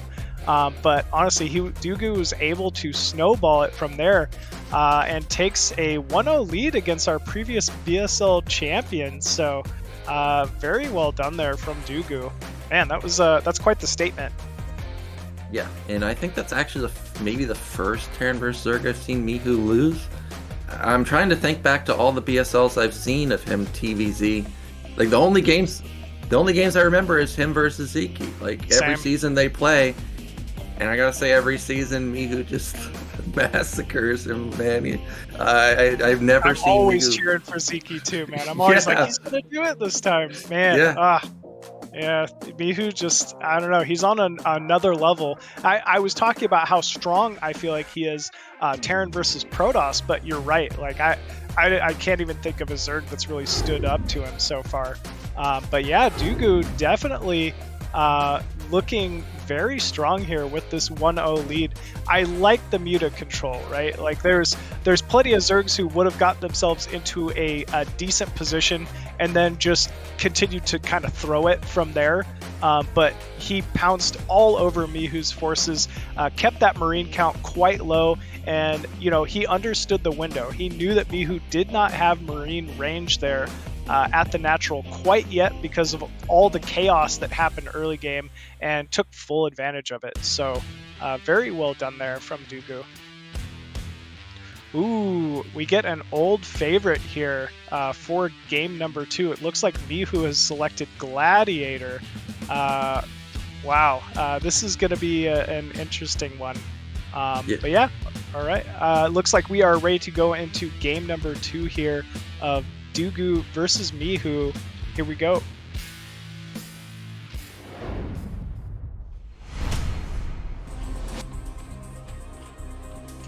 And spawning at the top left as that blue Zerg, currently up 1-0, it is DuGu. Yep, and in the bottom right with the Gladiator pick, it is Mihu. And I don't know about old favorite machine, because this map, I'm surprised the Terran would pick it. If you're playing a big eco-style Zerg, you don't want to play this map. It's Gladiator, man. You can flood so many units on 3 or 4 bases. Remember, all the bases are like high ground, like top, middle, mid, left. Those are very viable positions. You don't have to necessarily take another main. And Zerg just has such big eco here. I'm surprised that Mihu would pick this map, especially when, like, Vermeer's available or Overwatch is available. Why would those not be picked? Well, when I think of Gladiator, I think back to actually watching you play a lot on this map, and I remember how strong it felt that mech is in particular on this map. Would you agree with that? Well, I think mech in general is pretty strong, but I mean, there's just so many bases. Like, this is such huge eco. I like maps where I can, like, split. Because if you can ever split as mech, you're going to win. I mean, it's just so cost effective. But Gladiator, I'm trying to, like, even count how many bases are on this map. Like, I feel like there's, like, 14 bases or something insane. It's something like that, yeah. Actually, it's yeah. even more. Look at it. It's 16 bases. 16 bases. There's Jeez. so much money. I mean, 4 of them are the smaller mineral onlys in the center, but yeah, still, it is quite a bit of bases there. I don't know. I mean, we didn't truly get to see a, let's call it a long, like, macro game last game, right? So maybe Mihu's still feeling pretty confident that if this does go ultra late game, DuGu's not the player that's going to come out the victor. But yeah, I don't know. Well, I guess we'll have to wait and see what he's got in store.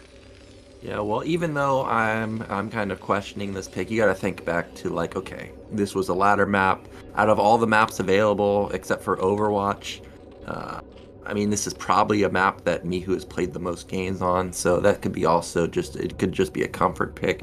I am a little bit surprised to not see, like, a wall, because this is another map where you can wall, and we know Mihu likes to, you know, optimize as much as possible. If you can wall a map, I feel like you should go for it. But again, he's not going to wall. He's got a low ground racks, goes into 2 Marine for the command center, everything very standard. Meanwhile, that is a standard layer timing, so it's not going to be speed first this time around. Yeah, completely standard. We're seeing drones being produced only, it looks like, so far from DuGu, so complete opposite of what we saw last game. You know, I wouldn't expect any type of a Ling flood here. Mihu, you know, getting that Marine count up at the natural. He's in no danger at the start of this game to, you know, end up losing his natural to any kind of a Ling flood like the last game. Ooh, I like the drone being pulled there, trying to prevent that mining from the main, at least allowing for the possibility that this could be a lurker first opener, but I doubt it after seeing last game's Muta control. And 2 Lings will be scouting out here. There has been no drone scout, I believe, from DuGu. He's just completely greeting this one. So the 2 Lings will be pushing out on the map, trying to confirm exactly what's going on.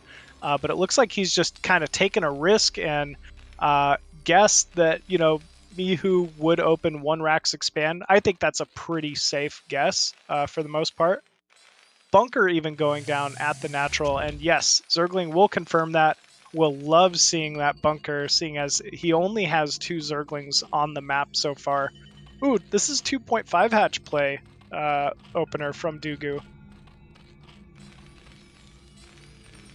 A lot of Zergs really like this 2.5 hatch opener. You know, I'm kind of on the fence about it. I feel like the big advantage of 2.5 hatch is opening versus Academy first openers. But as you mentioned previously, Nyokin, there's Mihu not the type of Terran to really take that risk here early on. He just doesn't feel like he kind of needs to get some type of an advantage with a stim rush early on. So I much more so would have liked to see the 3rd hatchery placed at a 3rd base. Yeah, I'm here, Machine. I don't know what's up with my Wi-Fi, man. It's just so weird. But yeah, I was looking at the gas timing of Mihu doing Mihu things. I mean, I don't know what this is. This is a 5:30 no medic move out with pure Marine. It does hit right before Mutas, but Mutas pop at 5:45 if you nail your build. I feel like this is just dead Marines if he goes here. Of course, Zerg doesn't know that there's no medics, because who does this? This is so weird. And there's the 5:45 Mutas that I was talking about. Yeah, this is quite an odd move out, and if anything, I think DuGu has an opportunity to pick some of these Marines off as they move back to the natural. Yeah, if he can find them. Oh, look at this. He's stimming to run away, but did he notice that there's no medics here? I mean, okay, there are 2 just barely syncing up in time. But still, though, I mean, that was a big stim on each of those Marines. Medic energy already being used. And this is just free damage here for the most part for DuGu. Yeah, but at least Mihu saved all of his Marines. Like, he got back across the map, so he still has a considerable army right now. Range is almost halfway done at this point, and DuGu, no third base just yet, because that hatchery's in the main, but no drone even sent out just yet. So he needs to start getting a drone out on the map somewhere, because we know Mihu, he's content with just sitting on his side of the map and macroing, and if you let him do that, eventually he'll overwhelm you in the mid game. But here comes a huge Ling attack. Yeah, this is a big Muta Ling flood. This looks like a timing out of DuGu. I don't know how well this is going to go. Two Mutas already have fallen. I think that was a missed opportunity right there to try and engage those Marines as they funneled down the ramp. Now the Mutas get almost no damage done into the main, and all of the Marines have escaped successfully into a safe position. Looks like, yeah, he's just going for it. Like, this is just an all-in from Zerg. 23 workers for him. He's waiting for Mihu to move out. I'm not sure if Mihu has scanned and seen exactly what's going on, but if Mihu does move out here with just 2 groups of Marine Medic, which is obviously a lot, he may get overrun. I think he will, honestly. I think this is maybe the call DuGu needed. And here we go, big Ling flood. Surround coming in from these Zerglings. DuGu trying to retreat backwards to that bunker, and actually bunker being torn away here from this Muta Ling flood. Quite a few Mutas falling there at the end, but we do have lone Zerglings still picking away SCVs and medics at the natural here. Yeah, Mihu's so close to being broken, but that single Marine being a hero, the big issue here is those medics, even though he has them, they don't have any energy. Now we see that DuGu is transitioning behind it. The Muta count is kind of dwindling. There's not any more Zerglings being produced. If he had gone full all in here, he may have actually breached him. But because he didn't, Mihu does fend this off somehow. And look at the SCV count. It's 41 to 22. Yeah, this is always the big issue with committing so many Zerglings, so many larvae here mid-game. You know, he just does not have that drone follow-up. So, I mean, he's got to get some additional damage done with these Mutas. The good thing is, I mean, he's kind of in the position to do so, right? Like, these medics have no energy at the natural. SCVs do continue to fall, you know, on this exposed command center. And actually, another small group of Lings running in here. I'm not sure if this one's over yet. Yeah, more SCVs falling. The 2 medics will fall as well. And suddenly, I think DuGu not in a bad position here. We're floating a little bit of mineral here in the center, which is a little surprising. And actually, we're seeing additional Lings just flooding across the map here. Did his command center die? His CC died. He didn't lift it at all, and I think this is over. The Muta count never got dwindled down. It's 4 hatch Zerg with a 3rd base. Like, I realize the drone count is low, but there's no production. Yeah, no production. Lings continuing to attack in here at the natural, and there's just nothing to fend off these Mutalisks at the mineral line in the center. SCV count continues to fall, 32 to the 21 drones of DuGu. And wow, Zergling's just tearing down all of these turrets as well. DuGu, you know, just continuing to deal more and more damage with the small group of Muta. Yeah, still 8 Mutalisks left over. Marines are starting to rack up some Muta kills finally, but I mean, the damage is already done. Obviously, the command center's dead at the natural. Starports are complete, but no science facility, so we can't use them just yet. The the Marine count has grown, though, once again. Turrets are going to need to be replaced here. DuGu has Hydralisk morphed into lurkers right outside the natural. And once again, this is a high ground natural. So, I mean, if he gets 4 lurkers on that ramp now, I don't see him ever getting out until vessels get up. Yeah, it's if those 4 lurkers get up, like you said, it's over. Like, he's not going to build a tank. He's going to go double vessel.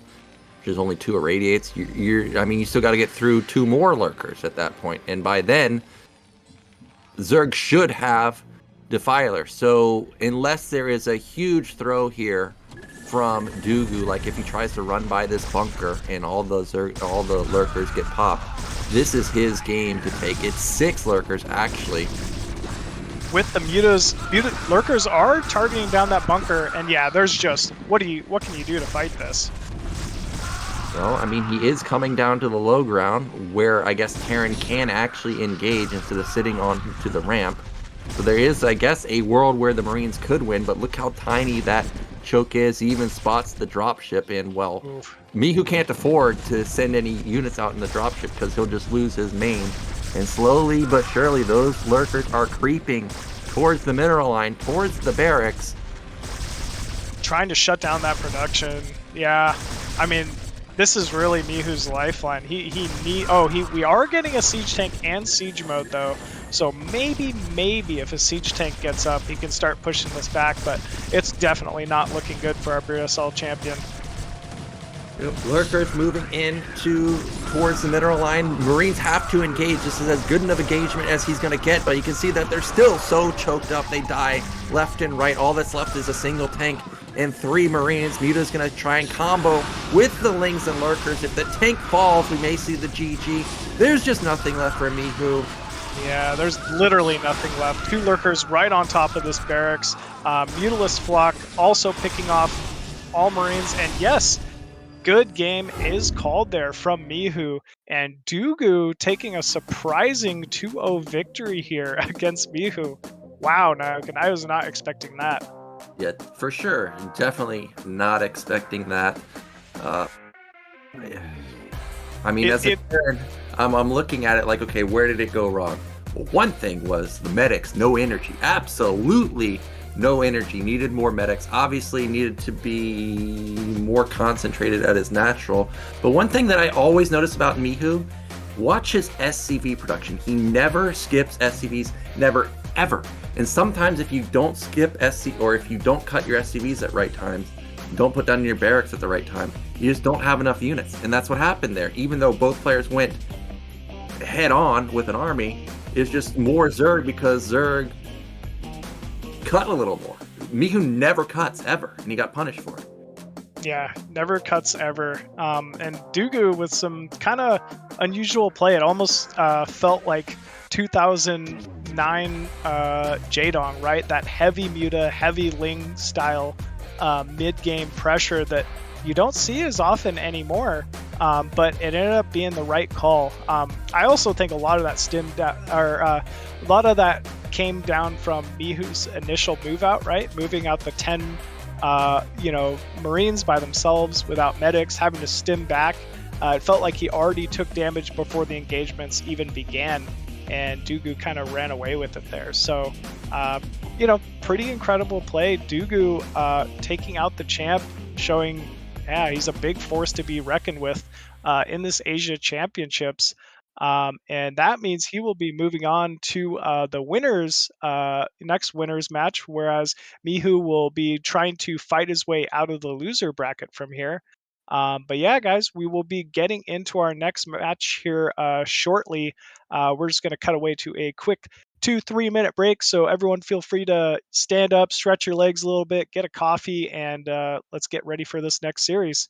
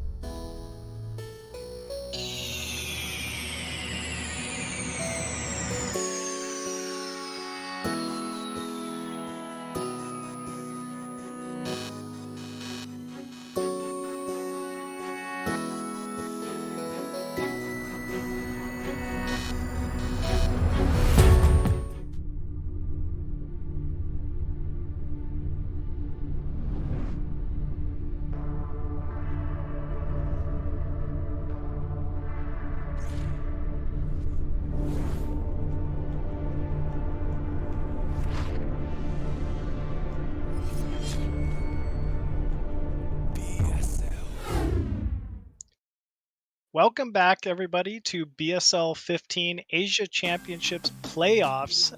Joining me once again here is my good buddy Nyokin, and yeah, we've seen some pretty incredible matches so far today. Yeah, we just saw Mihu lose one of the first series I've ever seen him lose, and that puts him in the losers bracket, which is best of one, which means he could easily be eliminated by any of these players because all of them have stuff up their sleeves. We've been seeing two gates in PVZ. We've been seeing Ling All in a couple of the games. We've seen all types of moves from every single player. And you're telling me that there's this guy named Heron who does like one base proxy barracks like versus Protoss. So like, I'm just imagining. Yeah, and it works. Like if he gets Mihu, what's he gonna do versus this guy? Exactly, man. Of all the players to possibly take out Mihu, I didn't expect DuGu. I'll be honest with you. You know, Zhanhun, sure, I could see Zhanhun taking Mihu in, you know, a long drawn out PVT, but man, DuGu with a pretty astounding victory there, and you know, a 2-0, very convincing 2-0. So Mihu gonna have to rally through that loser bracket, and as you mentioned, at best of one, man, anything's possible. These players are showing it. Everybody's pulling out their best, you know, and most secret strategies here so far. So it's kind of surprising to see Mihu end up dropping out there versus DuGu, but DuGu going to move on to that upper bracket semifinals. And yeah, he's kind of proven he's a force to be reckoned with. But before we get to any more of the upper bracket matches, we're actually going to be going into our first loser bracket series of the day. It's going to be Rushgoon versus JayStar, another Terran versus Protoss here. Nyokin, what are your thoughts on this matchup? Well, I mean, I recognize the IDs, obviously, JayStar and Rushgoon, and they're old school players. I know somewhat recently JayStar played versus Gypsy, and that was an epic 3-2 series. I don't remember seeing much of Rushgoon's play, so I'm not sure exactly how he plays at all. Like, is he somebody that plays 2-1? Is he somebody that plays like Mihu, like, you know, 4-fact in your face all the time? Is he somebody that cuts like 4GG? I have no idea, but JayStar played pretty normal versus Gypsy, so I'm hoping that we've got an even game here. One thing I am noticing instantly is the MMR. 2600 for JayStar, 2300 for Rushgoon. I can tell you with certainty there is a massive gap between 2600 and 2300, so I'm hoping that Rushgoon is a little bit higher than this, because if he's not, it's going to be very rough for him. Yeah, there's a world of difference, right? Even at let's call it S rank, there are levels to it, right? It's not simply just an S rank and, oh, you've made it, you're there, you're pro level. Like, every 100 MMR difference is massive at this level. So, you know, just based on that, I'd have to say JayStar looking like a little bit of a favorite here. Rushgoon obviously dropping out and taking third in his group, you know, is kind of an indicator that maybe he's got a little ways to go here. But yeah, either way, JayStar with some pretty impressive plays so far today, though, did end up falling. He's going to have to rally here against Rushgoon, a pretty solid Terran, and it looks like the map for this best of one will be Neo Sylphid. Pretty decent map for the matchup. I kind of like it for Terran. The little, you know, I know about it. These high ground gas bases in the center can be quite difficult to push a siege Terran with turrets off of. So if, you know, for whatever reason, Protoss allows that high ground base outside their natural to be taken, it's almost instantly GG at times. But anyways, guys, we are ready to get into it here. It will be Rushgoon versus JayStar TVP. Let's get into it.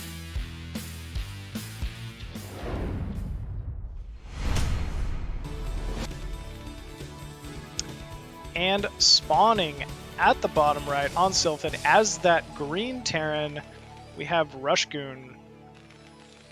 Yep, and in the bottom left are Protoss in the black. It is JayStar. And Sylphid, man, did you see those stats? It was literally dead even 50-50 for Terran versus Zerg. 54% win rate for Protoss versus Terran. 52% win rate for Zerg versus Protoss. So this is about as even of a map as you can get. And actually yesterday I got a question. How often can like a B rank Protoss beat an S rank Terran? And I was like, well, not often, but maybe 10 to 20%. And I'm not saying that Rush Goon here is a B rank Terran versus an S rank Protoss, but we did talk about the MMR gap. And one way that Terran can overcome an MMR gap like this is if Protoss is overly aggressive. If they're overly aggressive and you go something like Siege Expand and you can take minimal damage, you can overcome a gap like this. And this is kind of what I was worried about. Is JayStar going to be hyper aggro like we saw in PvZ already? The answer is yes. He's going to go for that proxy gate. And if Rushgoon has good Marine control here, he may be going into the early mid game in a decent position, but that gate or that Rax already looks okay. It's in the right position. Yeah, it's in a pretty good spot there, right walled up with that depot and the command center. Ooh, very nice. Looks like Rushgoon going to be taking that gas in order to prevent the gas take from JayStar. But yeah, like you said, JayStar has definitely shown he likes to play hyper aggressive. We saw it with the double 2-gate in the prior series earlier this morning. And yeah, we're obviously seeing the proxy gate here. This is just a single gateway though. So, JayStar, as long as he gets a little bit of damage done, he will be able to transition out, put a gateway in his own main. And so that even if Rushgoon holds this off, it could be quite difficult. Ooh, core being built in the center, but SCV actually scouting the proxy gate as well as the core. This is pretty unique here. I really don't see the core being built in the center with the gateway very often. Is that pretty common? I'm guessing it's a little, unique here. But first Zealot is running in here. This is quite the wall off though, from Rushgoon. Factory on the way, being built already. But Rushgoon's allowed himself this nice pocket for the Marines to sit back, deal a little bit of extra damage to this Zealot. SCV even being pulled, mirroring the Zealot pressure in the center. But remember, there is a core behind this. There will be Dragoons being built as well. Oh, Proxy Factory out on the map here for Rushgoon. Oh my gosh, very nice probe block, preventing those Marines from running around the building here. And Factory is done though. Vulture on the way in production. SCV did fall. Secondary SCV taking some damage, but there is going to be a third Marine here. Another Marine does end up falling. He's really just trying to stall and buy a little bit of additional time here for this Vulture to come in. And yes, Vulture is up finally, but it's already taken some damage. And it does actually fall to this Dragoon shot. One Zealot with 9 HP here.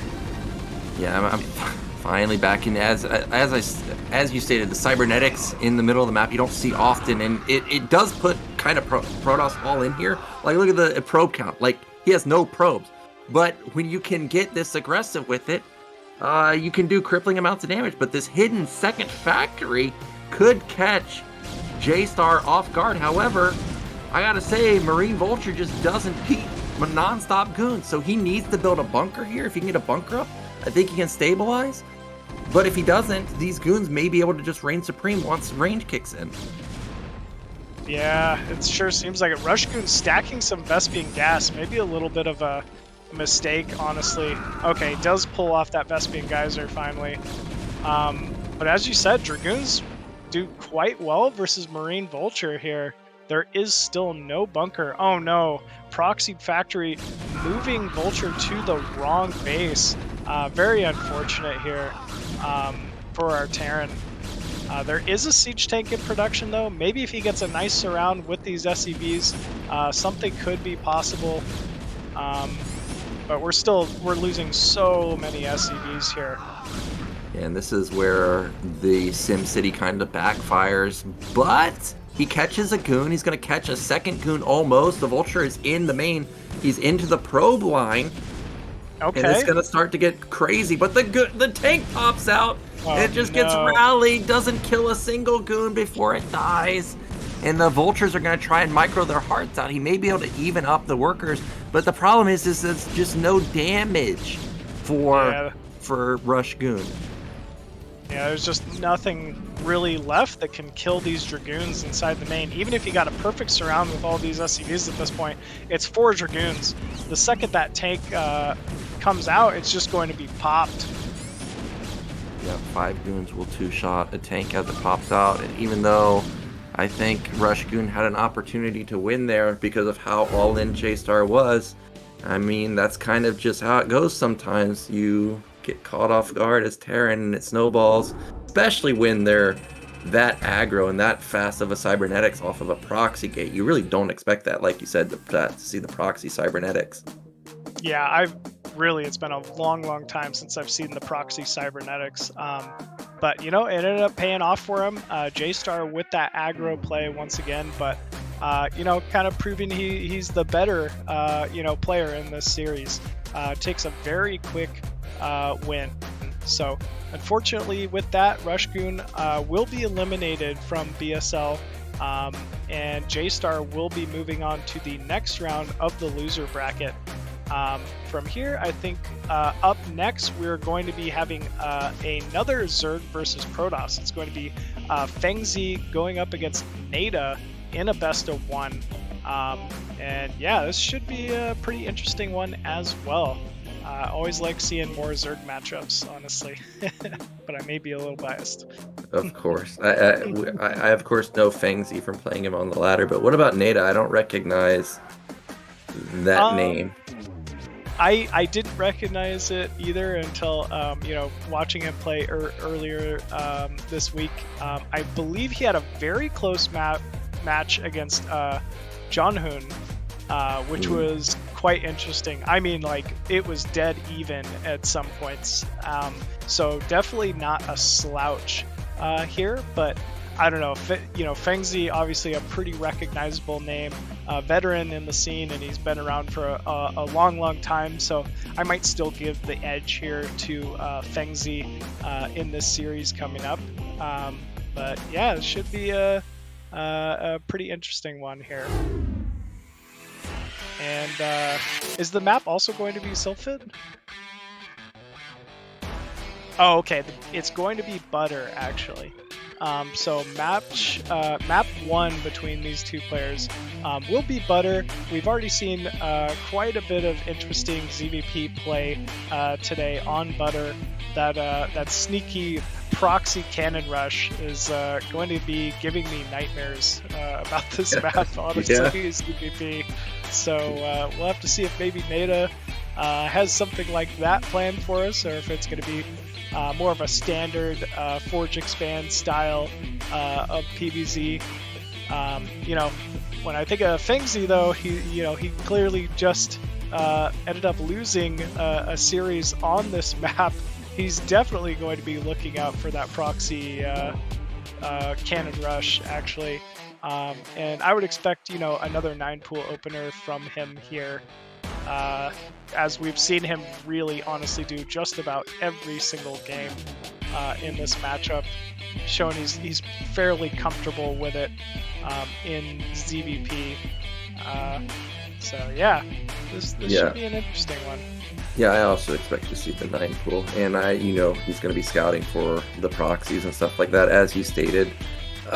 You know what's surprising today is a lot of the Chinese players that I've seen, they've been big-time macro, and then almost every single game we've seen today has been in-your-face micro games, and our players are ready. So let's get into our second losers match of the day. It's Nada versus Fengzi on Butter.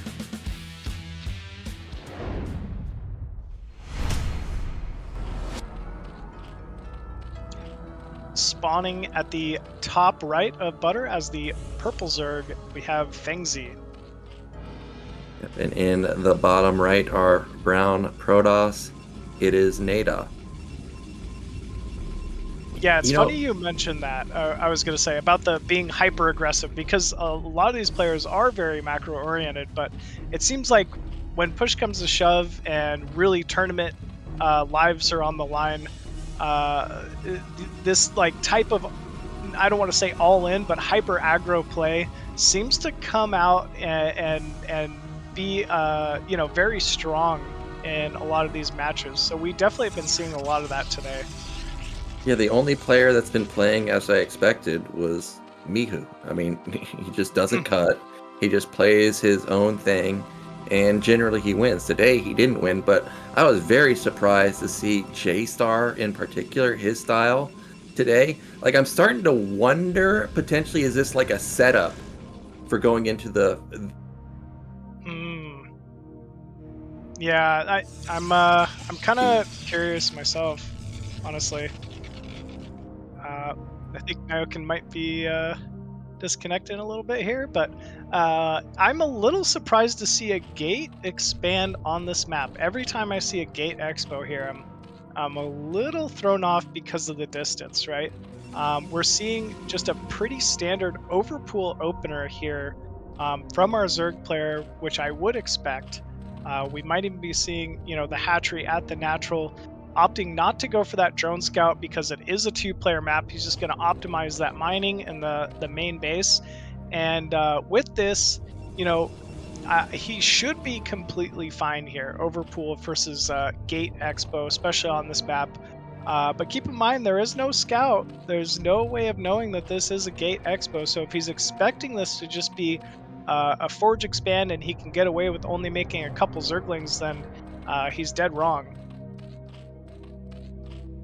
2 drones being produced. First 2 lings are out. It looks like 1 drone will be accompanying those Zerglings to go take a third base. And, we do have that Zealot being scouted from that first Overlord. No additional Zerglings being made just yet, though. But as soon as he confirms that Zealot, he should be making additional Zerglings to deal with this. Okay, Zealot being pushed back by just 2 lings and actually no additional Zerglings being made. So this is just a 2-ling opener from Fengzi, pushing these Zealots back and actually getting inside the main of Nada as well. Very different play. Yeah, these 2 lings... I mean, it's only 2 lings, but we know at pro level, 2 lings can rack up a lot of kills just like that. He already gets 1, almost gets a second one. And behind this, he's taking 3 bases. So big eco finally coming in for one of our Zerg players today. Just now starting to mine gas. I didn't see the cybernetic start. I imagine... No, it has not. Yeah.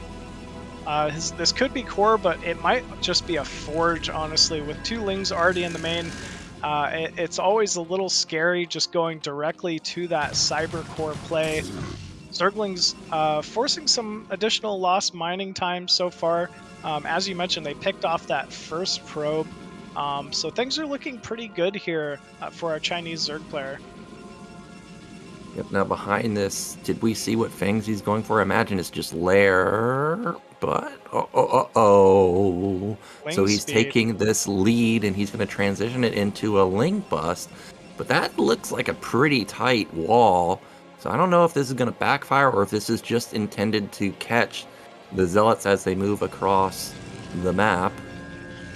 I mean, he scouted that core before Forge. He has the Overlord over the Forge. If the Zealots weren't so far forward, I would feel pretty good for our Protoss player here. But if he does manage to get this Zergling surround here, this could be a lot of trouble for our Protoss player. And yes, Nada scouting the Zerglings moving across the map. Still no cannon, though. Stargate even before the cannon. But we do have a cannon going down, and we have a lair, actually. I don't like this for Fengzi. I think this was maybe the wrong read, to be honest with you. We have a lot of speed. Oh, no. Oh, did he not wall? He did, but the cannon's not up in time, and that Forge might be able to get taken out. And those 2 lings that were microed this entire time in the probe line come back to pop that cannon. And these Zealots, there's 4 left over. but Lings are going to run into the main now. Forge is going to get canceled. He's going to lose that upgrade. He scrambles to get one cannon down to try and salvage the natural, but this was a breach, and more Lings are flooding across the map. Yeah, additional Zerglings being made here. Only 14 drones for Fengzi, so this is, you know, a very big, heavy committal here from our Zerg. Getting a little bit of damage maybe on that cannon. Nope, looks like he's happy to just go ahead and kill another Zealot out front. And yep, here we go. Cannon will go down. Remember that there's no more Forge. There will be no more cannons until an additional Forge is made. So this is pure Zealot versus Zergling control, along with some additional probes. But Zealots are being surrounded. Probes fall instantly, and I think Fengzi's done it. This is it. It's going to be GG. Nada is going to be eliminated. It was good probe Zealot control that we just saw a moment ago, but it just doesn't matter when there's so many Lings. And there it is. He's gone. G is called. Yeah, G, game. Is it good or is it game? It's just game. A game was played. Yeah, game was played. It's definitely not good. Now it's just mass Ling. Yeah, man, big quick win there from Fengzi. I really didn't like the call. I thought Nada was playing very well, just posturing out on the map with the first 3 Zealots. Moved back once he recognized that he did force additional Lings, but you got a wall, man. It's one of the most difficult things for Protoss, but if he just sat back, prevented those Zerglings from getting through until the wall was torn down, it might have bought enough time for that cannon to get up. But, you know, easier said than done. Yeah, but really nicely done from Fengzi to keep those 2 Lings alive to help burst down that cannon. And as you stated, I mean, it all came down to the wall. It also came down to Fengzi attacking at the right moment. Like, if he waited 5-10 seconds, Nada would have stabilized, and then it would have been 14 drones versus 25 probes with tech lead. That would have been a catastrophe for him. So, nicely done from Fengzi, and that means we're going to go into a break, and then we'll come back with our remaining winners match and losers matchup, so don't go anywhere.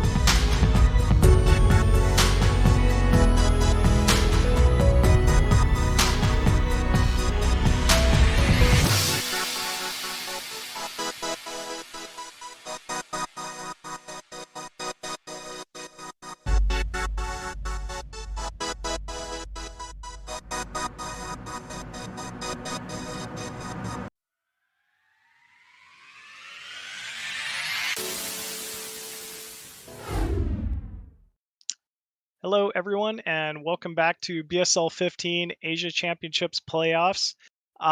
We actually, that is going to be it for today. We are still awaiting some of our series to be played. We were hoping we could get through them today, but it's just unfortunately not going to be possible. So we're going to end up calling it here for the day, and we will end up catching up on these remaining matches tomorrow and throughout the weekend's casts. So yeah, we definitely got to see some pretty interesting games today, Nyokin. We got to see the great one, Mihu, get toppled by DuGu.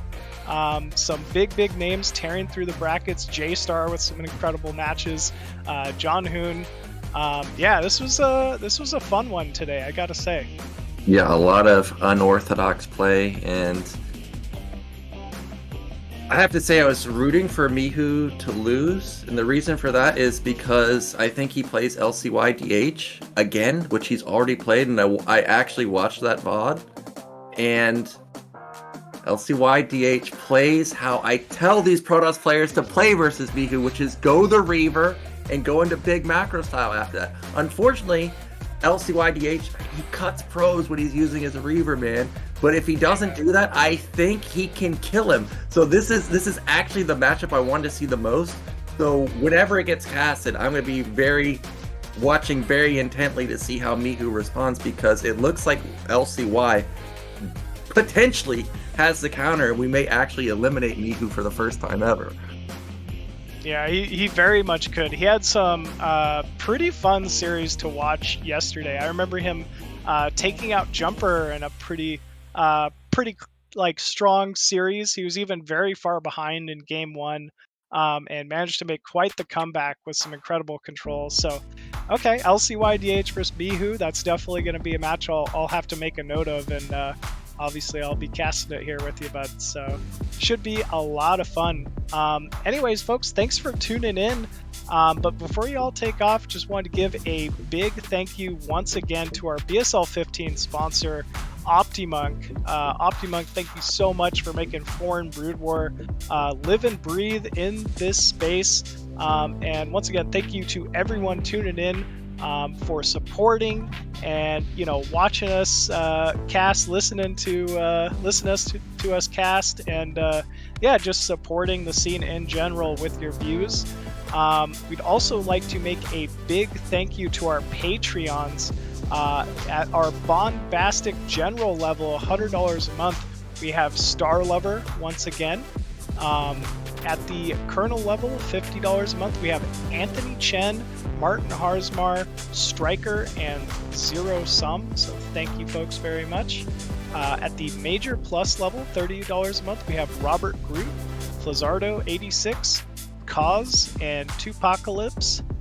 And at the Major level, $20 a month, we have Nicholas Schuler, Christian Eddington, LML, Lingpump, Nientech, and Quark. So thank you all so much for continuing to support BSL. And if you folks in the chat would like to support, please head on over to the Patreon. Donate towards the next season of BSL 16. We are actually still looking for a lead sponsor for BSL 16, so if you're interested, please reach out to Zero. We'd very much like to keep this BSL continuing long into the future, giving us foreign StarCraft players something to cast, something to play in, and honestly just continuing to support Foreign Brood War in general. So for those of you who are interested, once again, just check out the Patreon. Even $2 helps us so much. It goes very far in this, giving towards the prize pool, and enticing these top tier competitors to participate. So yeah, I guess once again, before I sign off, just wanted to thank you all for tuning in here, watching the cast, and supporting us. And I want to thank my wonderful co-commentator here, Nyokin. Thank you so much for casting alongside me, man. I'm going to be looking forward to casting more with you here tomorrow. Yeah, it'll be exciting. I'm looking forward to see who moves on and who gets knocked out. A lot of upsets today so far. Yeah, definitely a lot of upsets today. But yeah, thanks again to Zero once again for making this all happen, pressing the buttons, clicking the dials, and yeah, hope you all have a wonderful day and keep watching StarCraft, keep playing it, and we'll see you all tomorrow.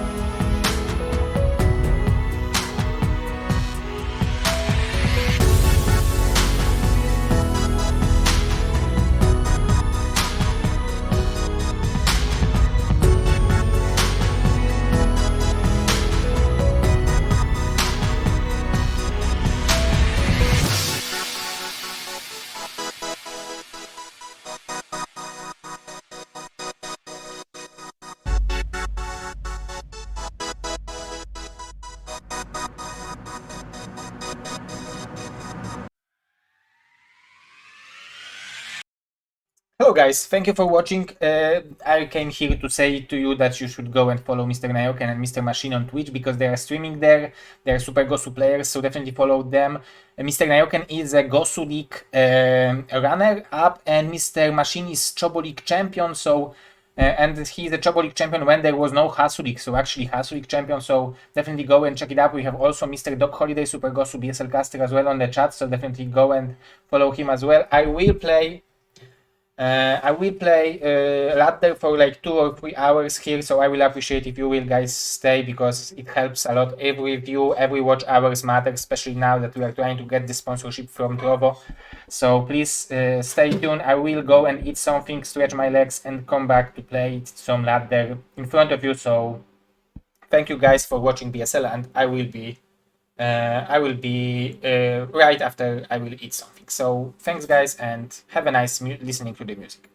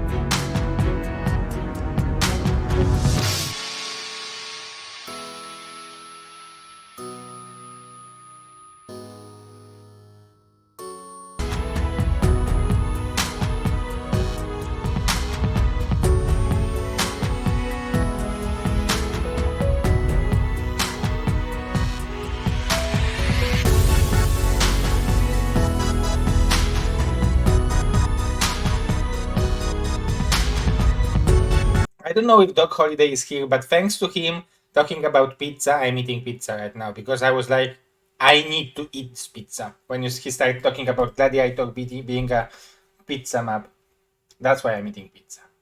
That's only thanks to Mr. Doc Holiday and Gladiator.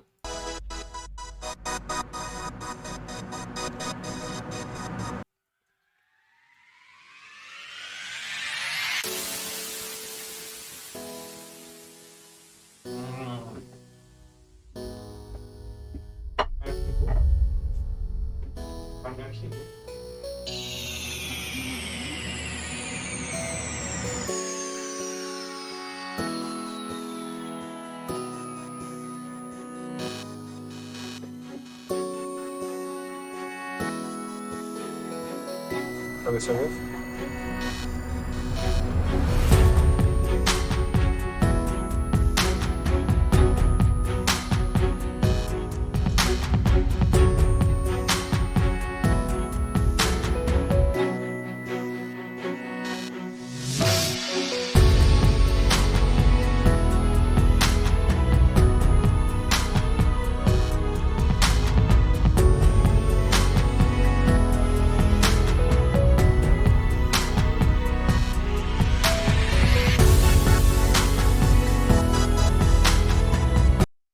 Okay, guys. I know that it's messed up beginning, but now I'm finally ready to play. So let's play some matches.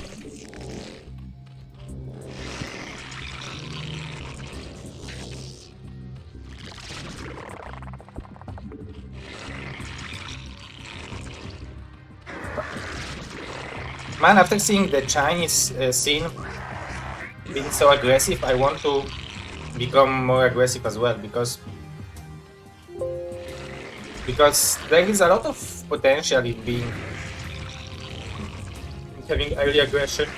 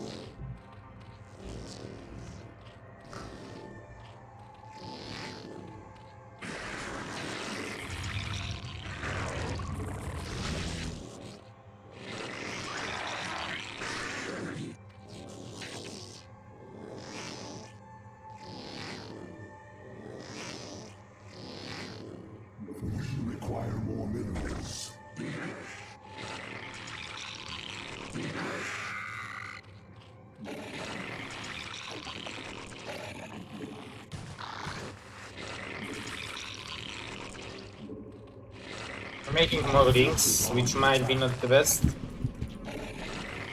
but that's my gamba.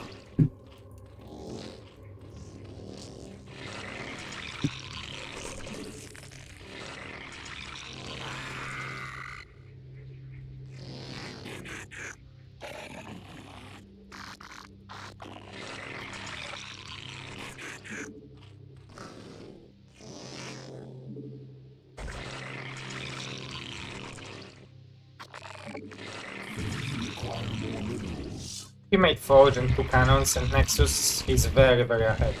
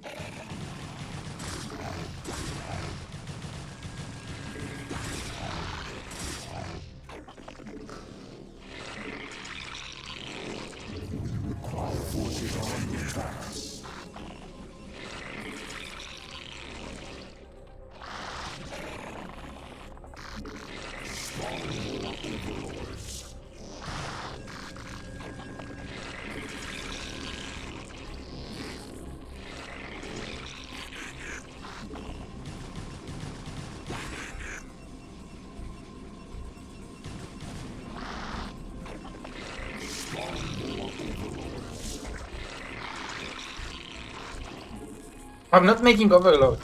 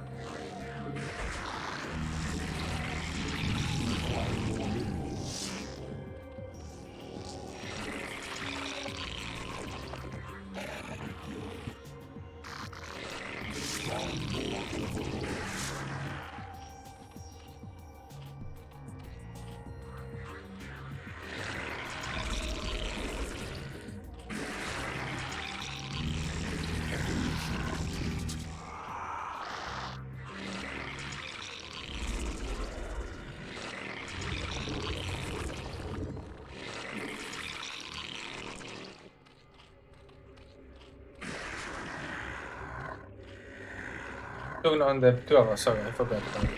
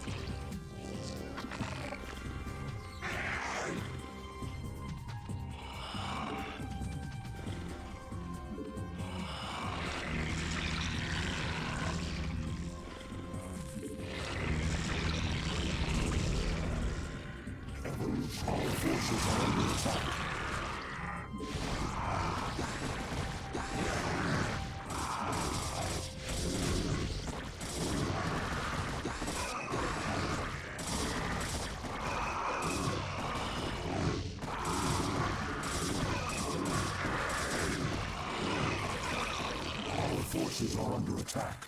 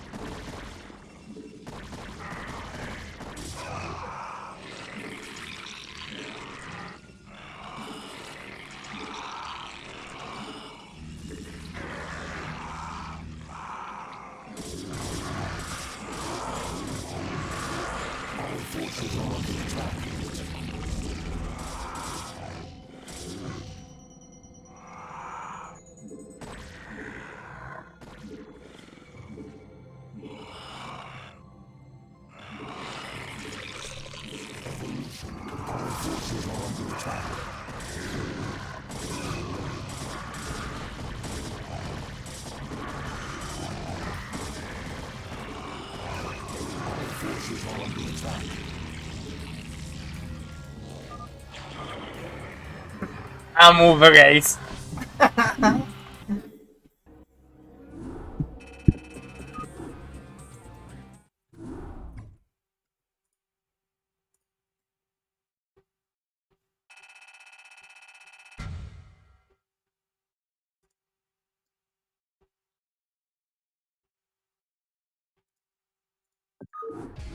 Okay, we are getting better, guys.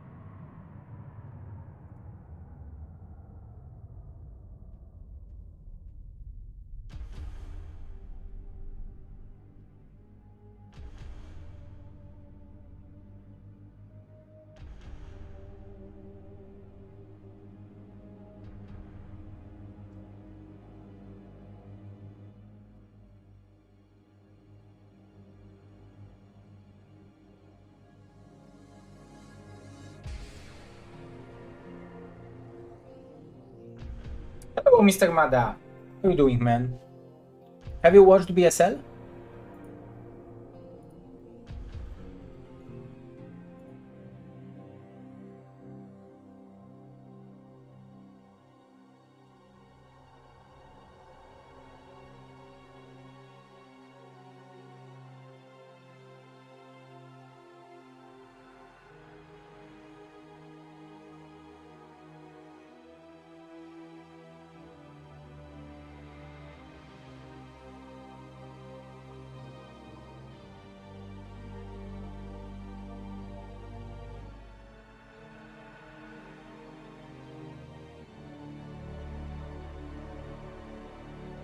So guys, we're waiting for the opponent who is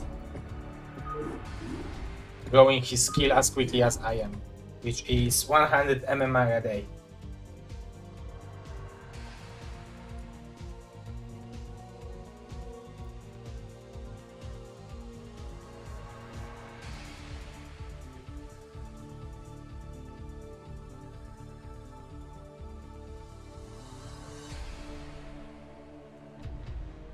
By the way, guys, and is there anyone from LATAM here watching?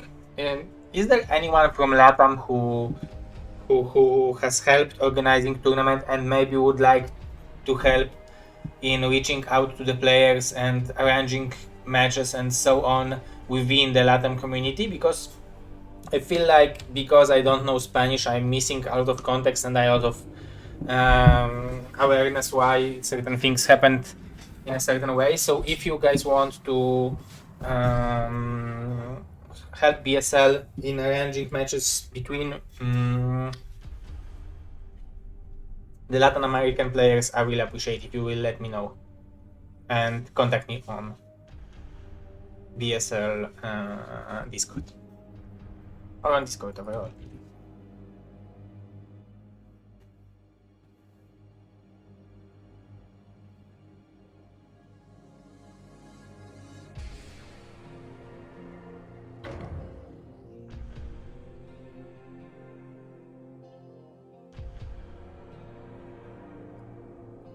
Okay.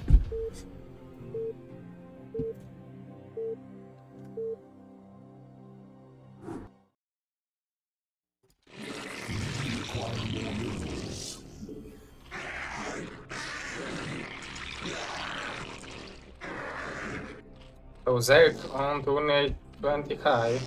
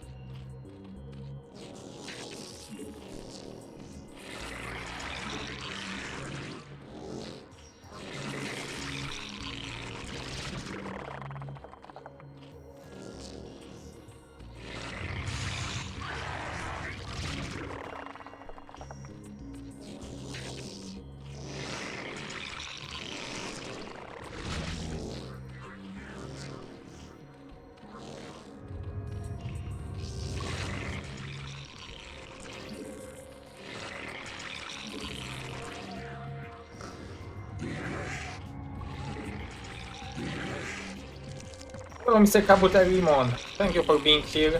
I'm really appreciating that. You are watching on Trovo. It helped BSL a lot. I hope.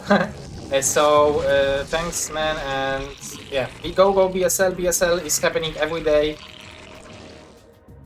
For sure, until the end of the May, we will cast it on Trovo. We will see then after the results, and we will see.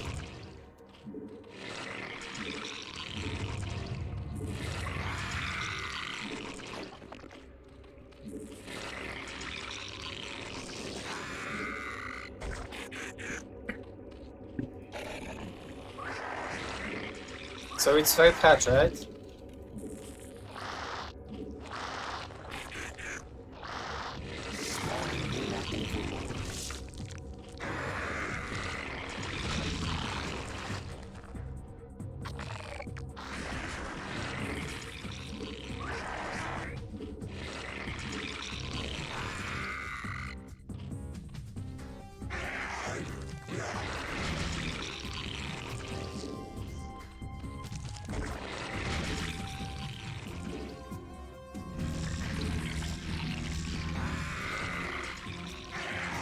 Okay, so I made 3 drones, so here we have 6 links more from those 2 hatcheries, and each those there are additional ones he will have advantage from.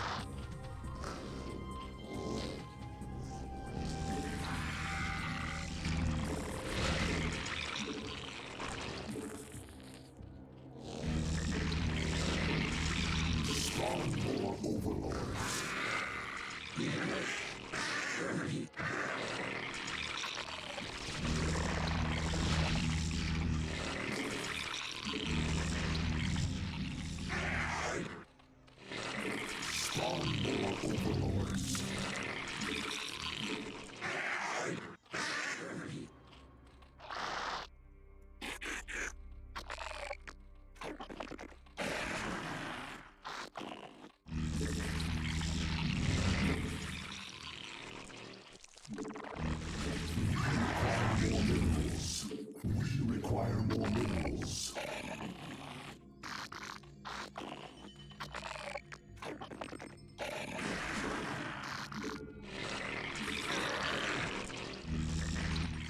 We require more minerals. We require more Vespine gas. We require more Vespine gas. We require more minerals.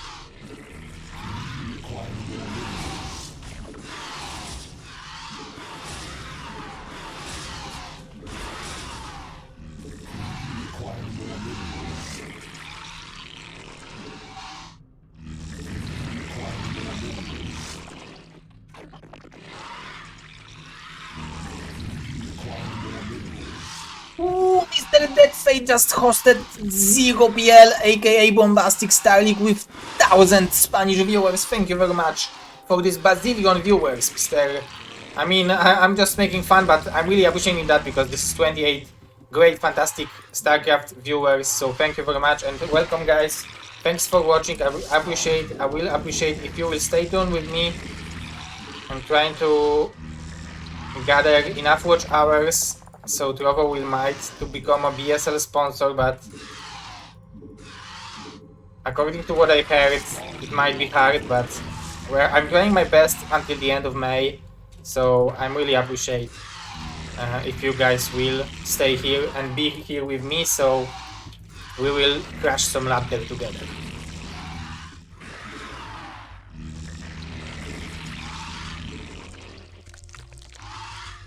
I know that there are some mutas of his mutas.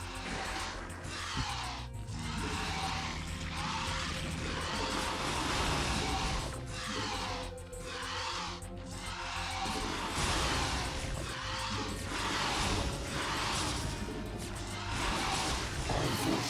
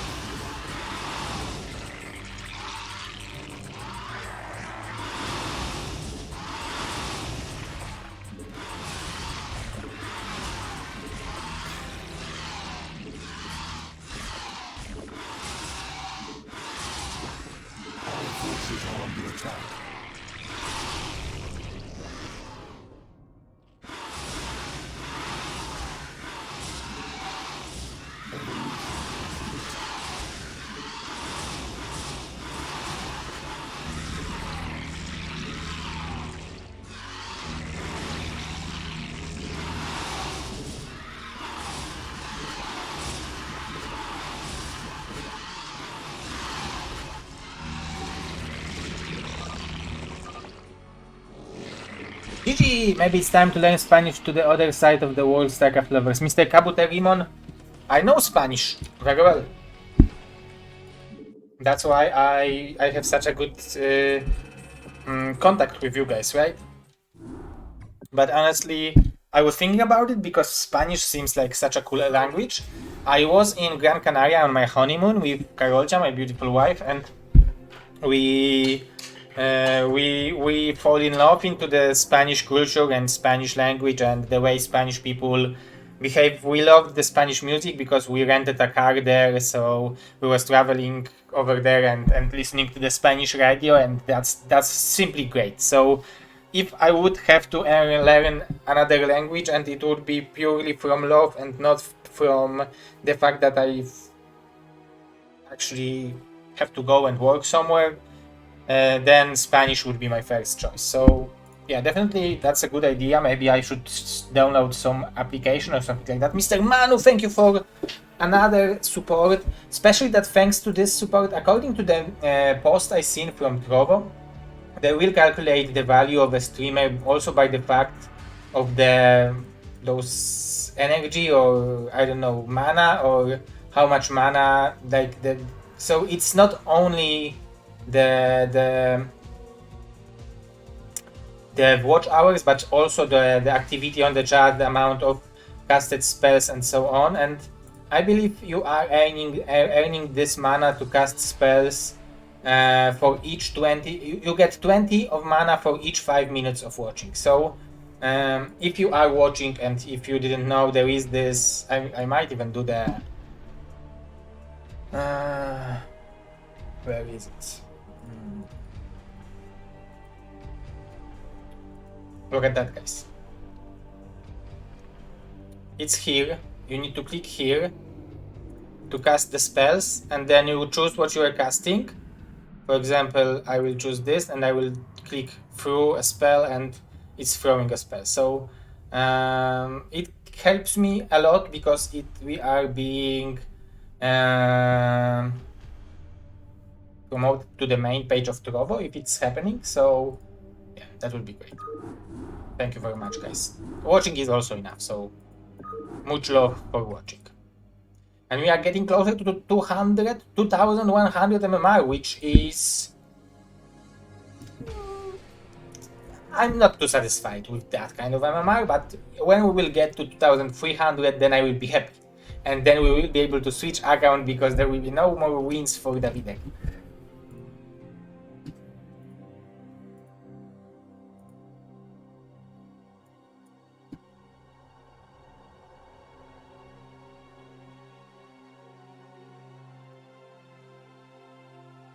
We have Mr. Zdeti streaming, Mr. Realfiend, Hizashi, and Ash Dreamer streaming on Trovo.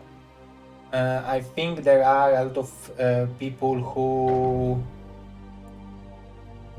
especially from Spanish community, right? There are a lot of people who are watching StarCraft on Trovo, right? Oh, we have 2,100 Protoss. That's definitely a good opponent.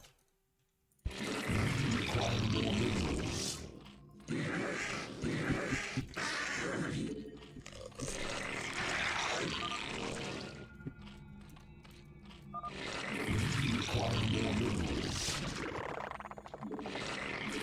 Require more minerals.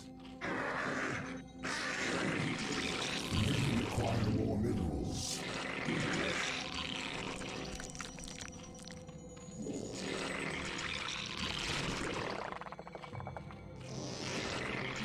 Require more minerals. Require more minerals.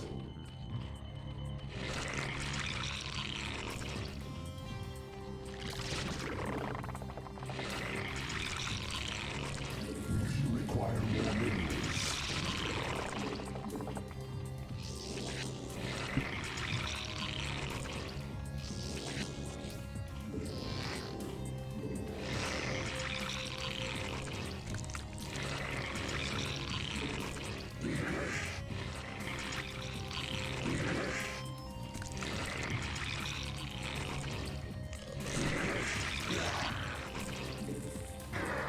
You can create boxes to attract more followers. Oh, how does it work, Mr. Manu?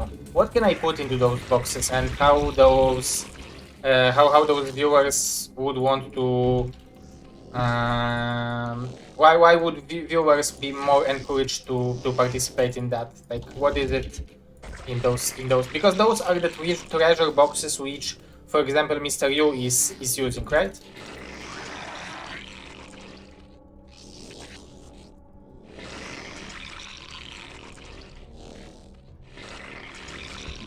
Require more minerals. Of course, the cannon rush is always an option. Require more minerals. I don't know if it's possible here, but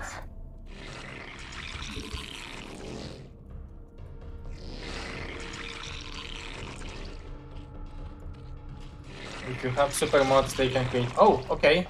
I have super mods.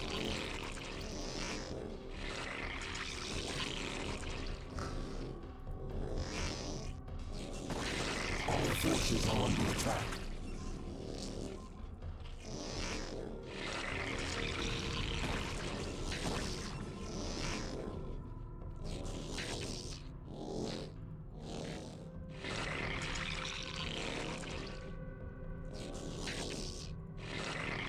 Mr. Manu, maybe you want to be my super mod. Because actually I have option to have super mods, but I don't have them.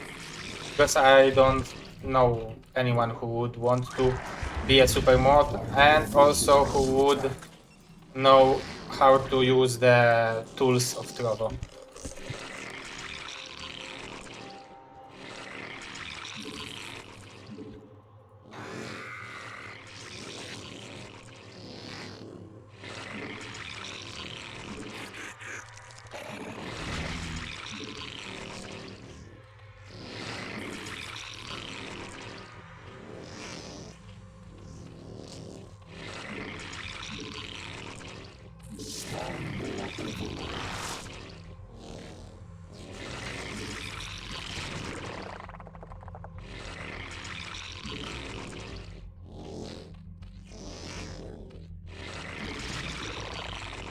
We require more minerals. We require more overlords. Spawn more overlords.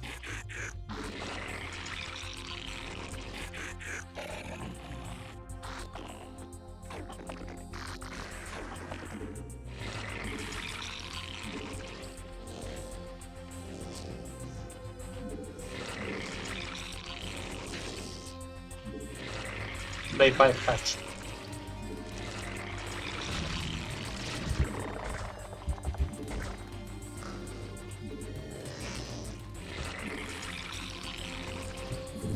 Our forces are under attack.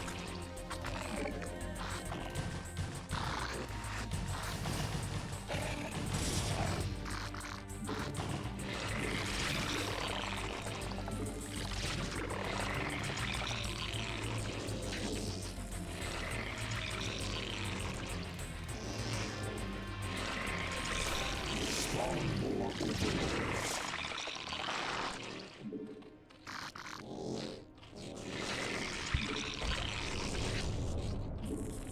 Spawn more overlords.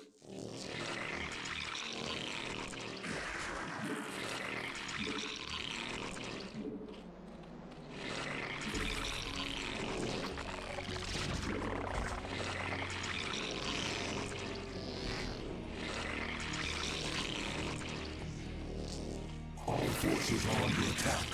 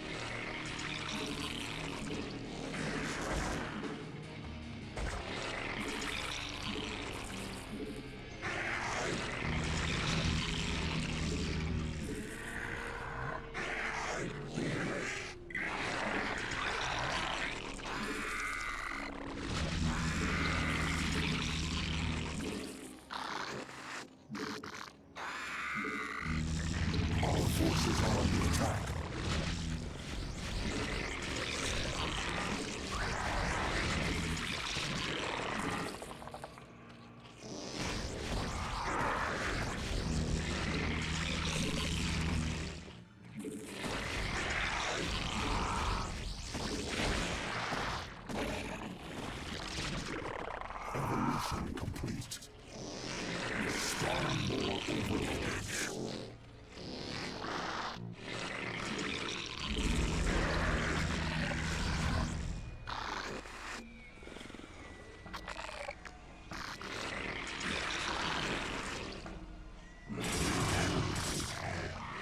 Spawn more overlords.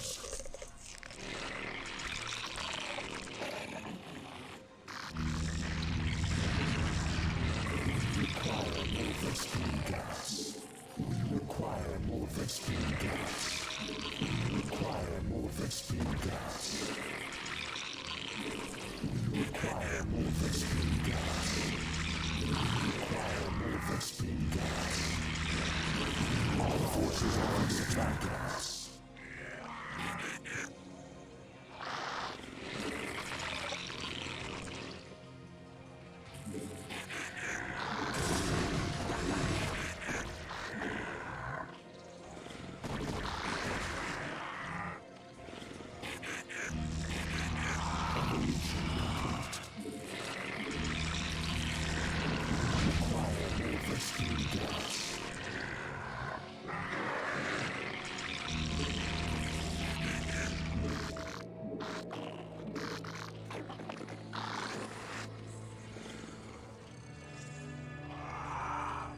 Evolution complete. Require more Vespene gas. Require more Vespene gas.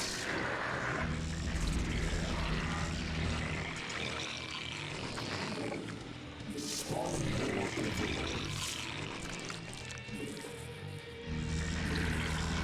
Evolution complete.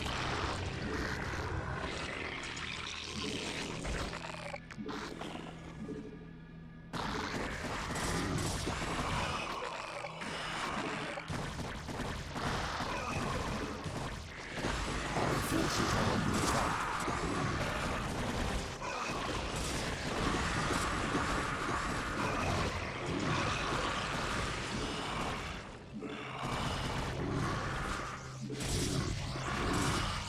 Our forces are under attack.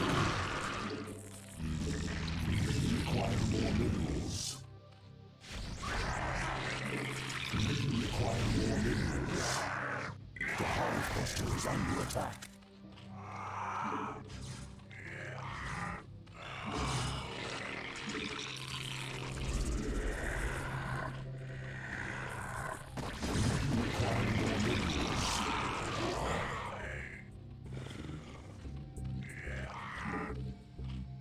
We require more minerals.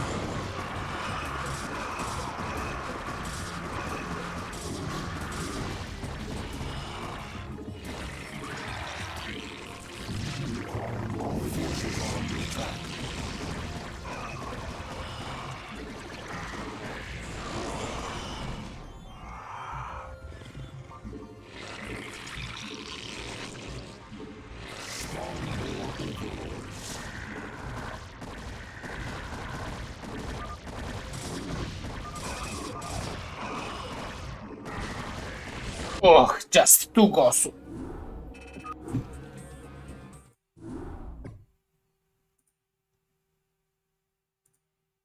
Simply the Gosu, right?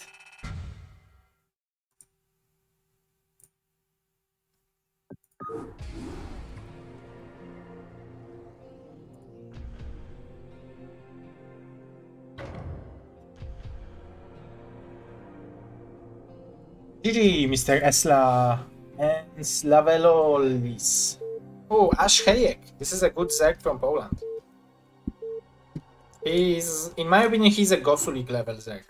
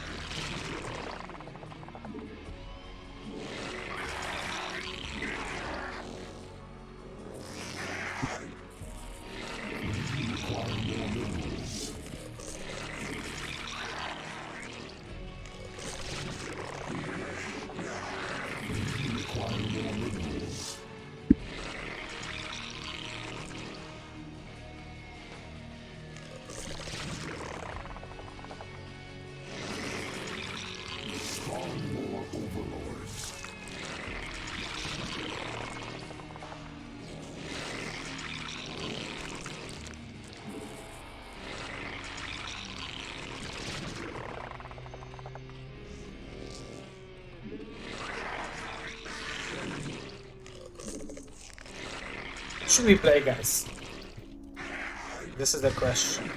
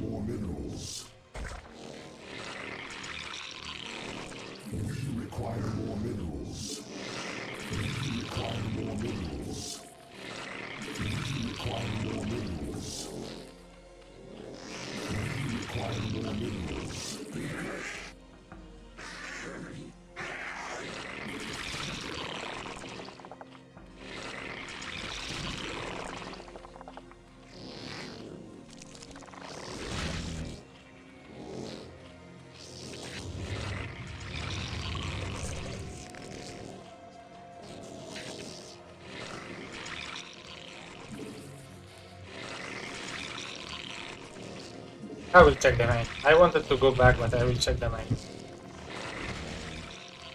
Yeah, everything is done.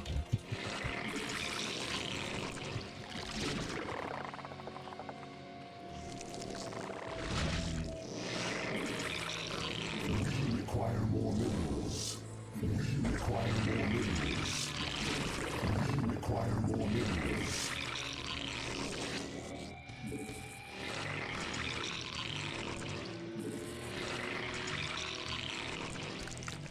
Mr. Milky, our moderator, is here.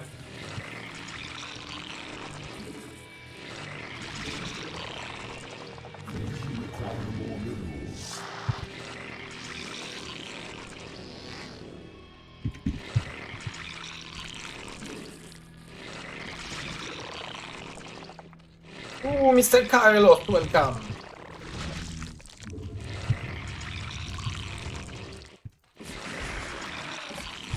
Oh, Mr. Mario the Cruiser.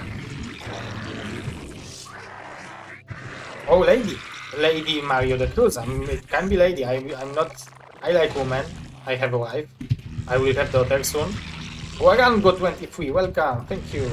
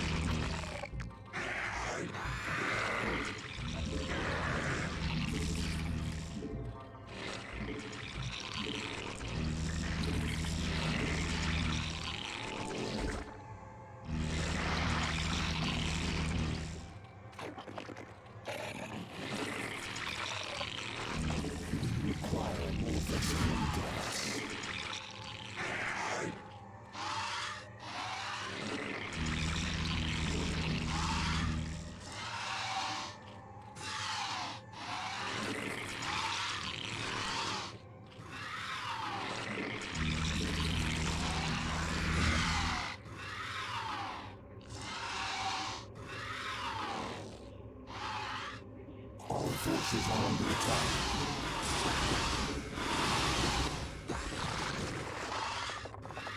Spawn more overlords.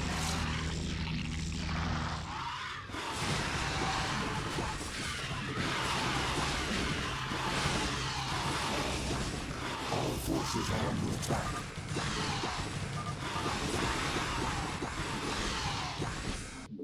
Greetings from Peru. Thank you very much, Mr. Mario de Cruza. I'm really appreciating all the greetings from all the countries, from all over the world. And we are getting even closer, guys. Purvater is next.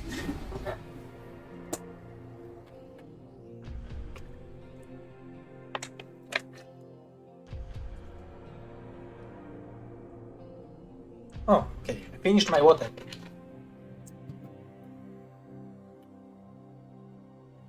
Yo, cheers, guys.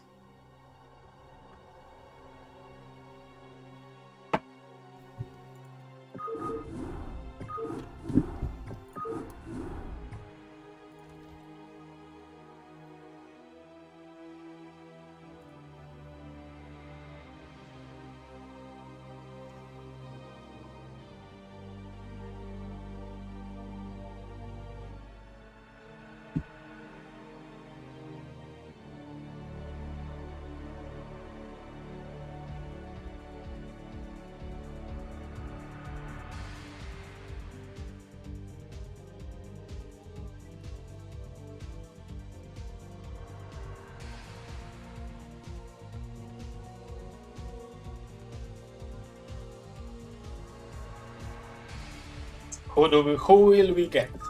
It's not showing the time, estimated time. It should show it, right?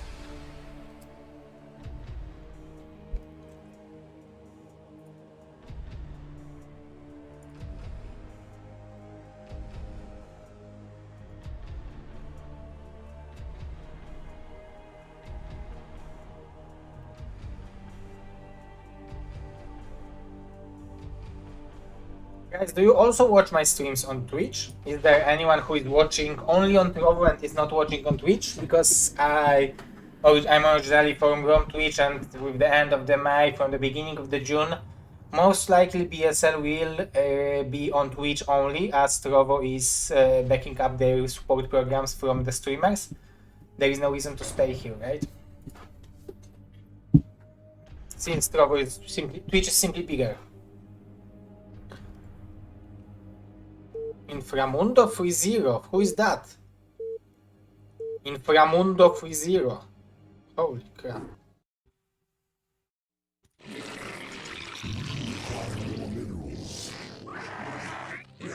Okay, we are calculating MMR.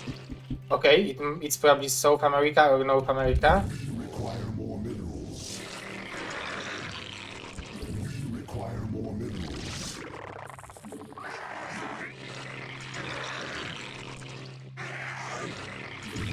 Oh, it's Dandy! Oh wow, it's Dandy! Oh, who will be? Mr. Dandy is Russian Cyber Games 2020 runner-up, right? He lost to Dawid in the finals.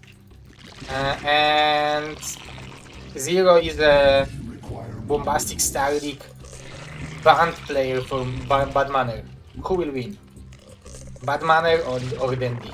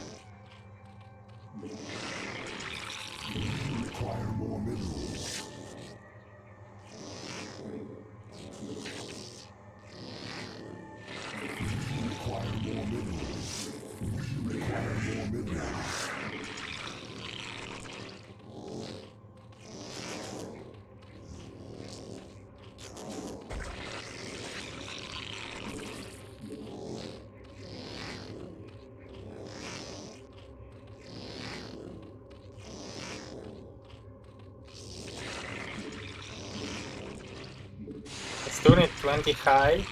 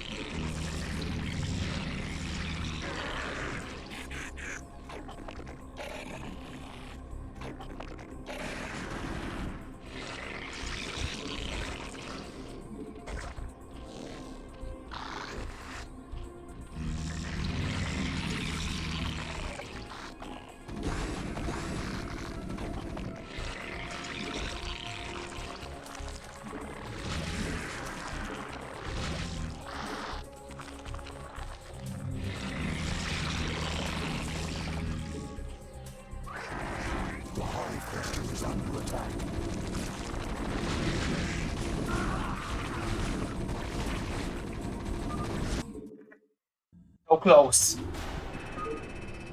But look at my APM. Only 60 less than Dandy.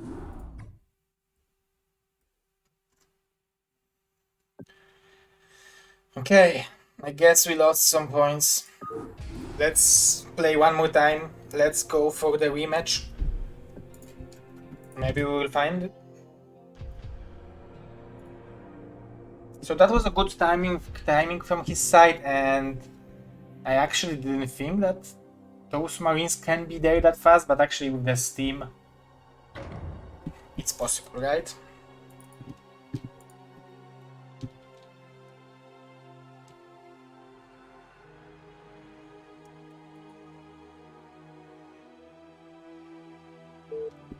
Cheska, Syrax, okay.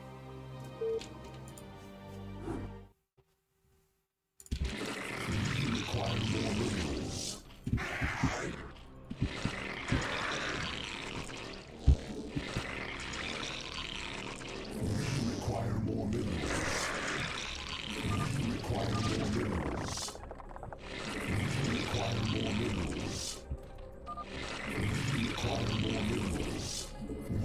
Such a nice welcome from so many good people. So many good people in StarCraft, and that's good. If you are giving good to people, they behaving good to you, right? So looks like BSL is liked by many people. Very happy.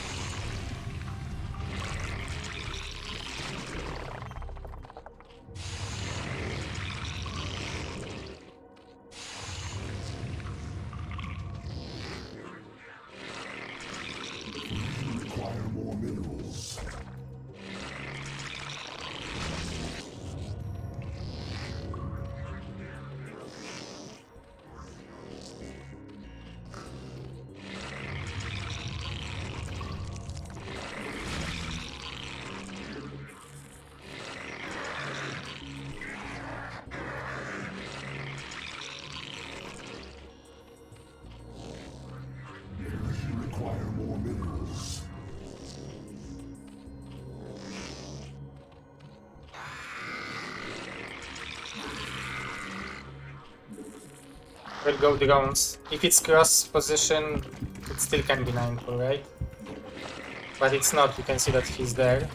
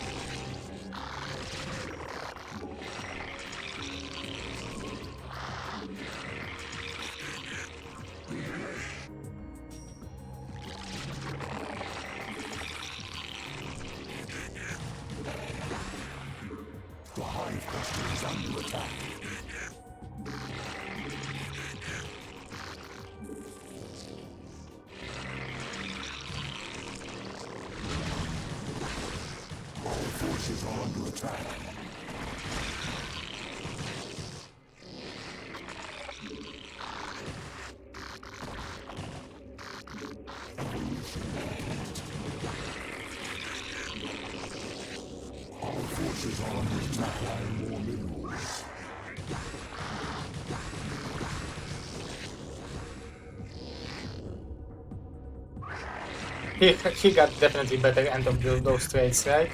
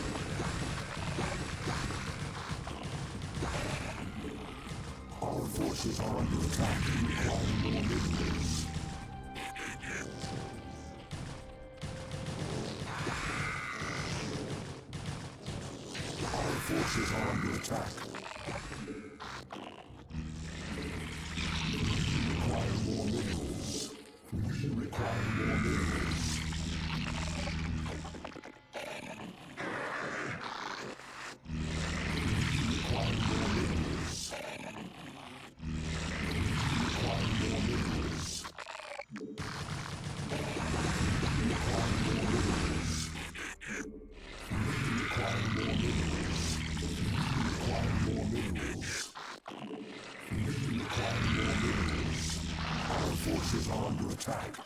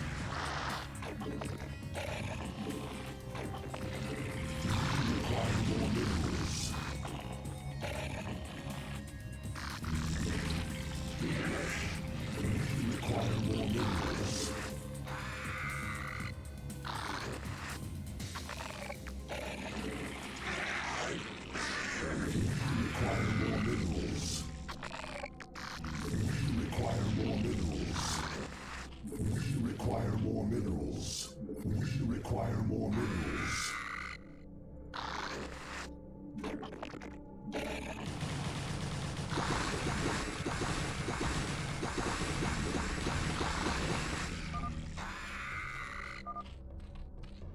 Yeah, he had 2 more drones. Trust Manu, Mr. Zero. Oh, I draft Mr. Manu. Mr. Manu is the biggest supporter of BSL on Trovo. Soon he will be on the web page.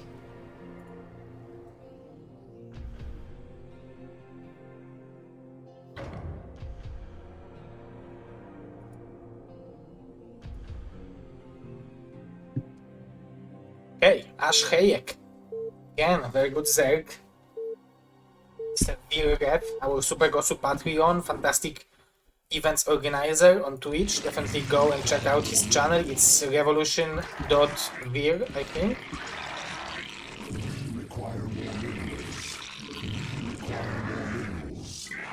It's Ascension, right?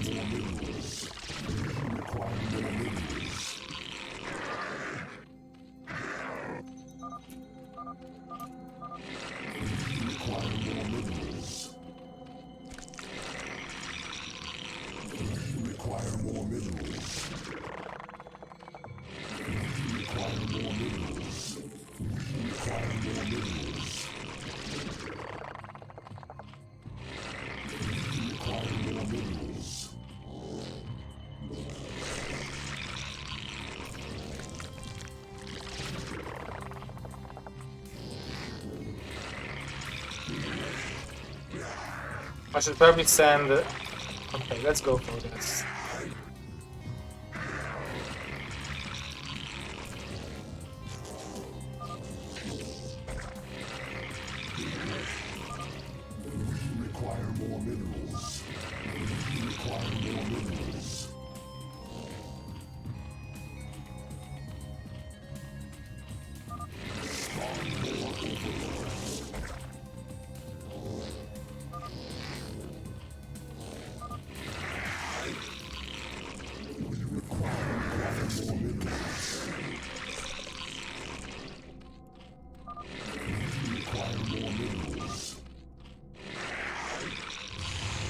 Okay guys, so the group draw for BSL Season 15 Gosu League, Hasu League and Jobo League will be on Monday, probably, so be aware of that.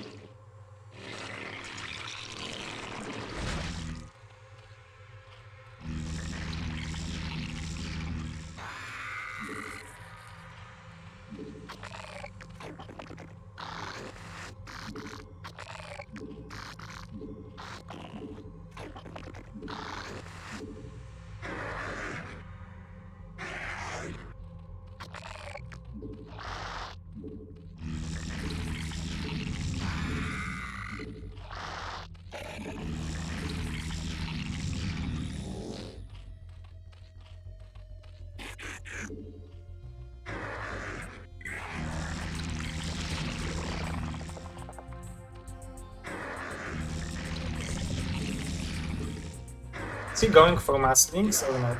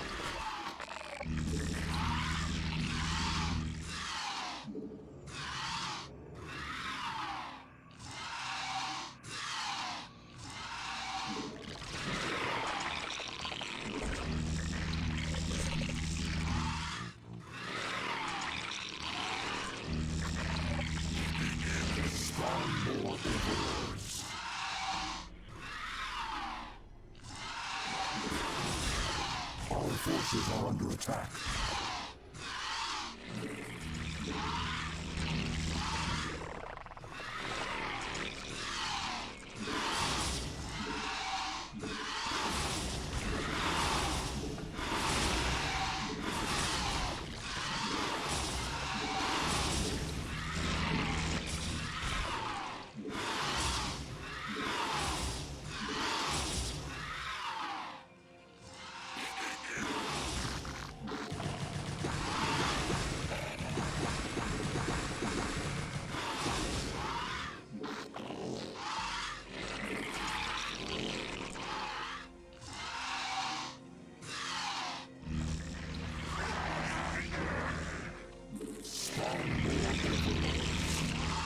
Forces are under attack.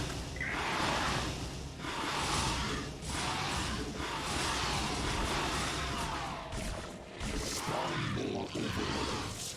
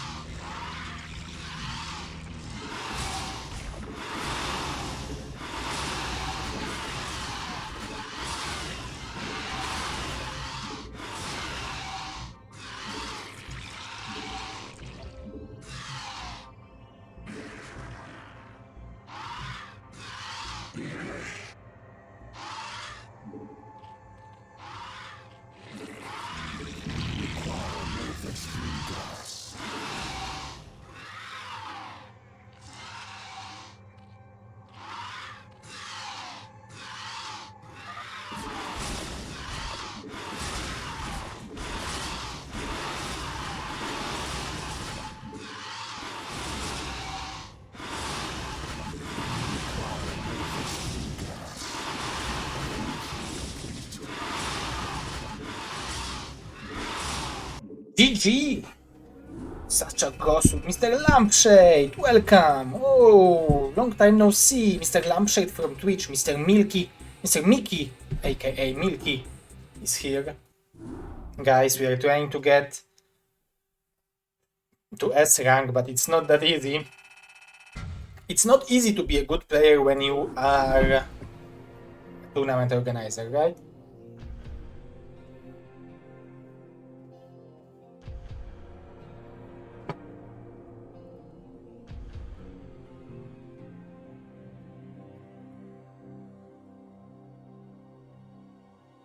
Ladies and gentlemen,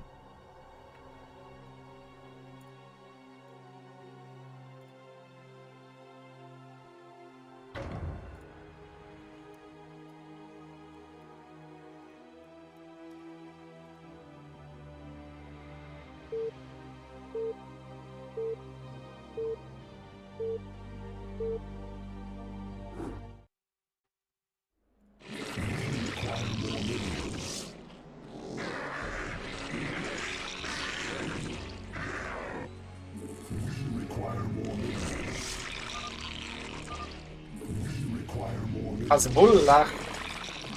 Who is Hasbullah?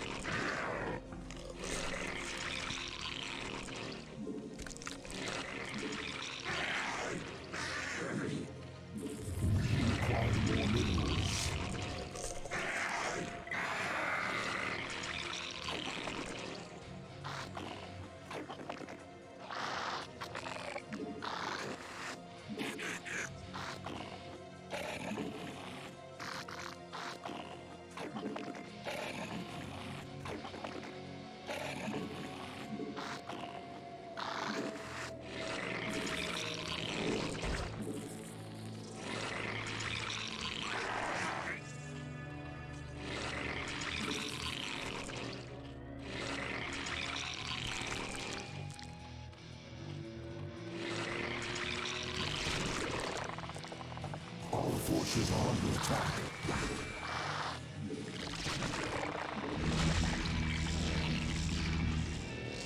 We require more minerals. We require more minerals. We require more minerals.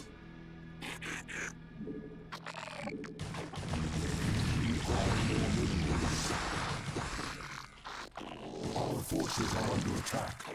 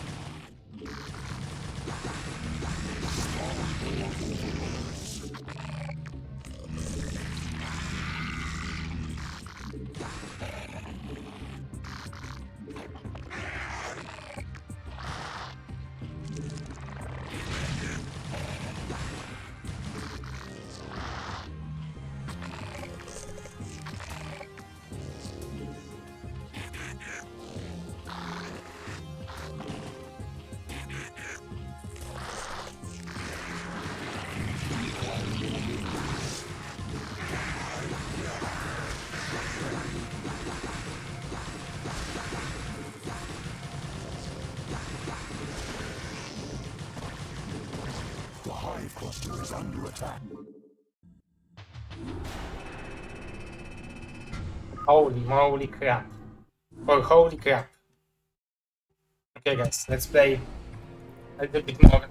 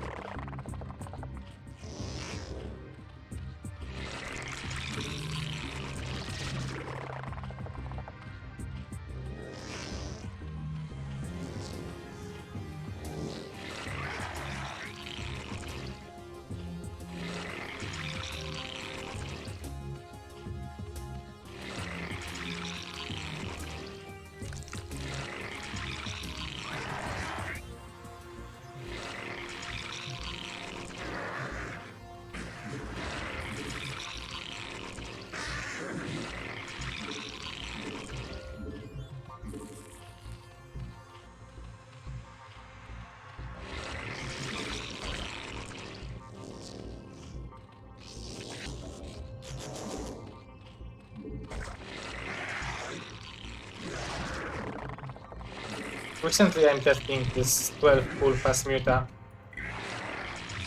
And it should be good against mech, but nowadays not too many people are playing mech, right?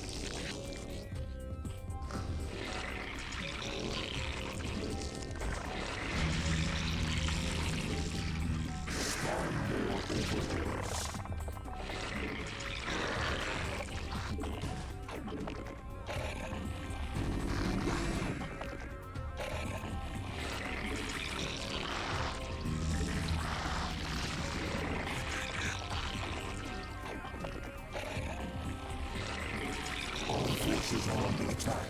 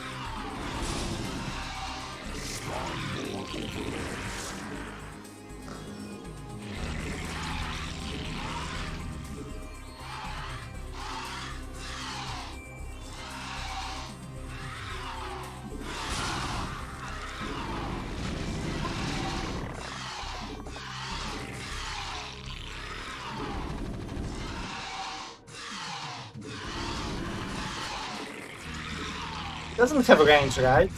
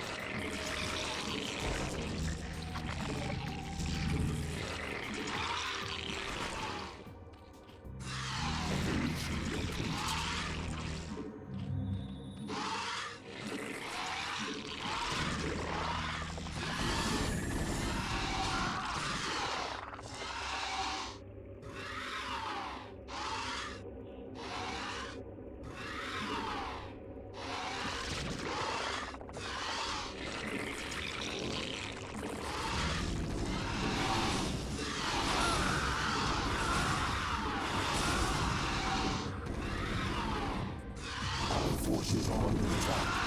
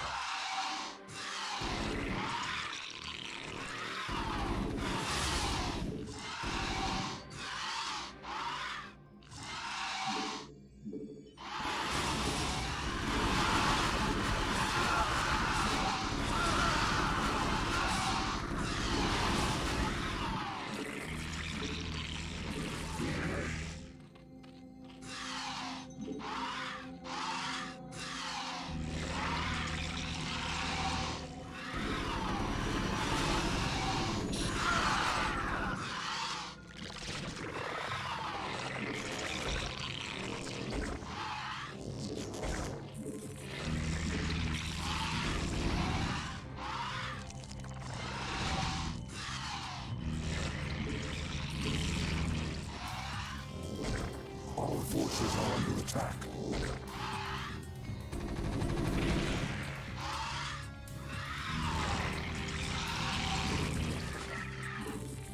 Our forces are under attack.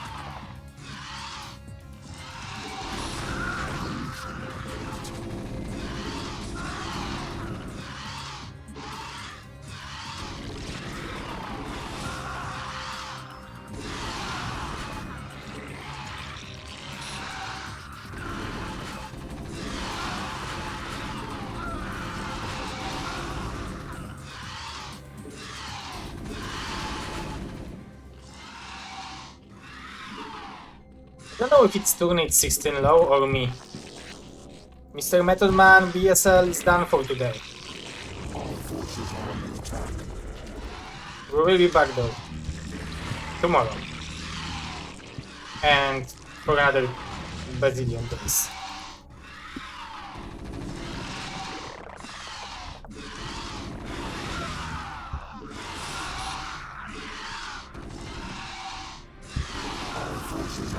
attack.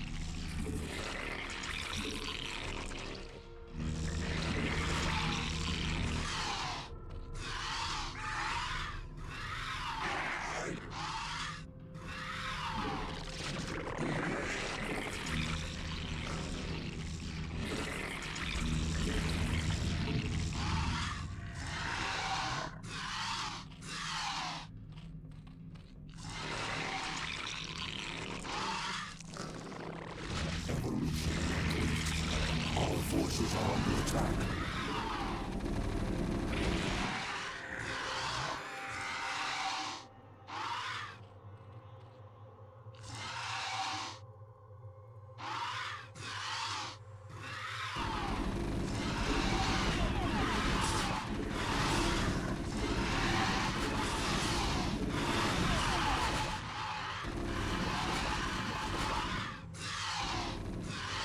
Our forces are under attack.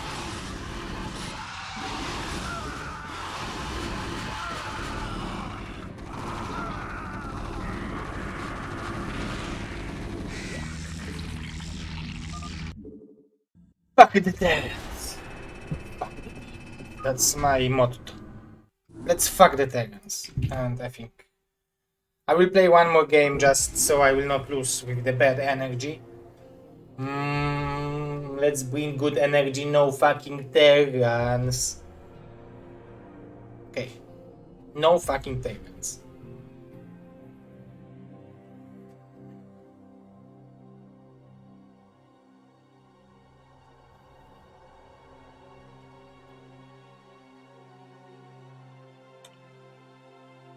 The guy behind the surging machine, stop being biased towards Terrans and don't give. Oh, fuck. And he even have. Okay, roll dice here. I forgot I can't curse then. ZZZQQQ. Fuck.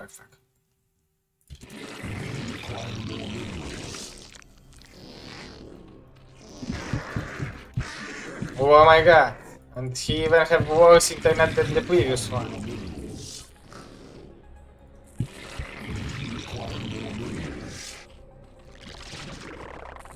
Require more minerals.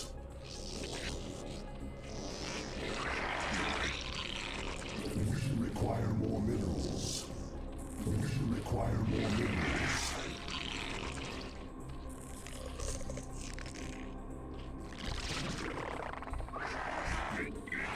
We require more minerals. Oh, Taucros, Mr. Fanatic, Mr. Valentin Mendel, and many other Super Gosu people. Thank you for being here.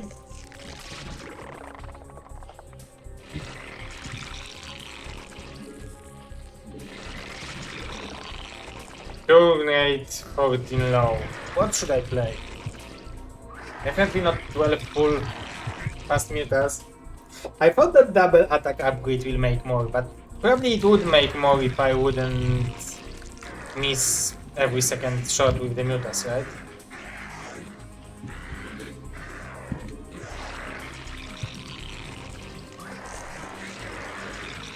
Vegeta 2100. Ooh, that's a lot of Vegeta.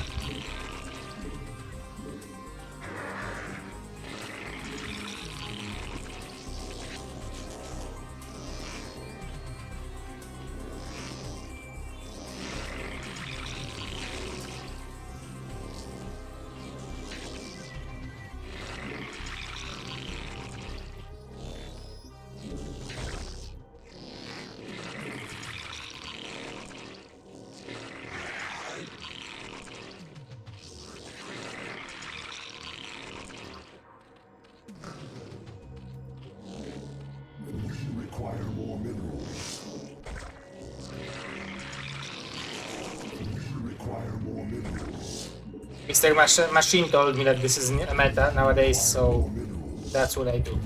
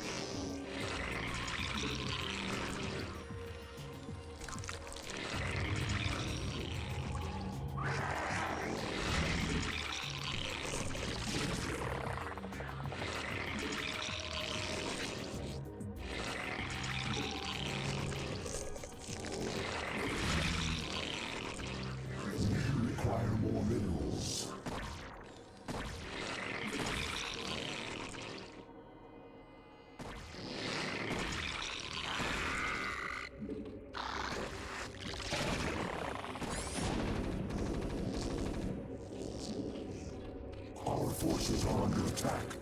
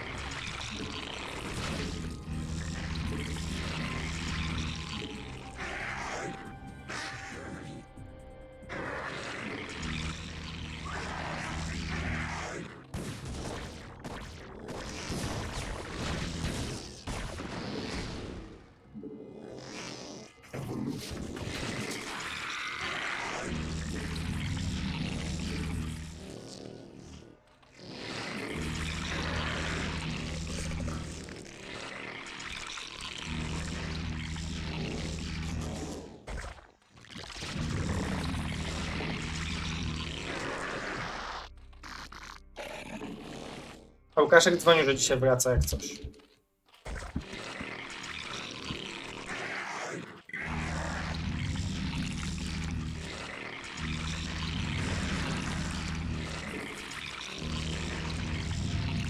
Nie słyszę.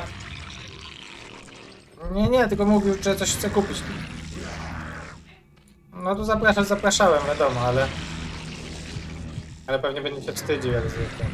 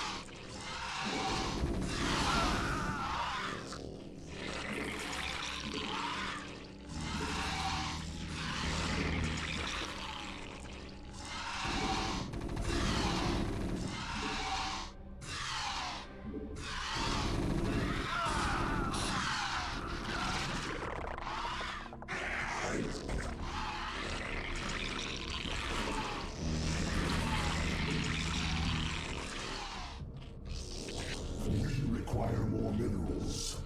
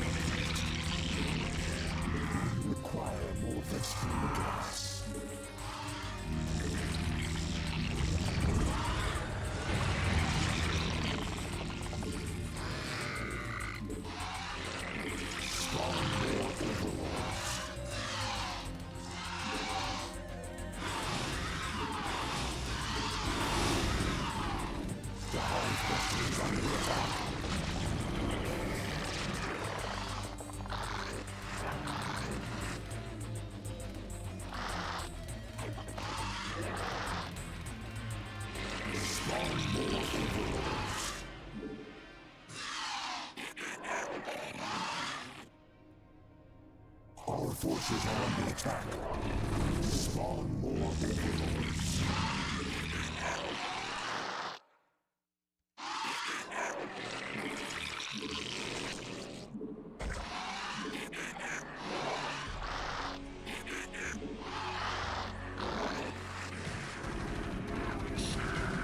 Our forces are under attack.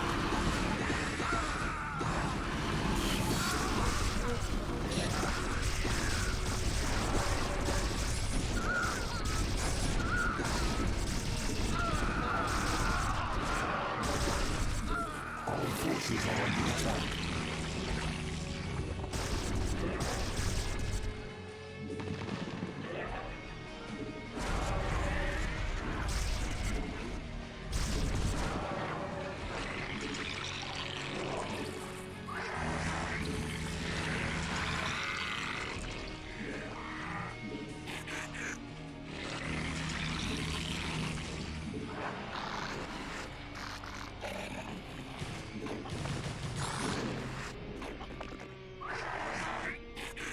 Our forces are under attack.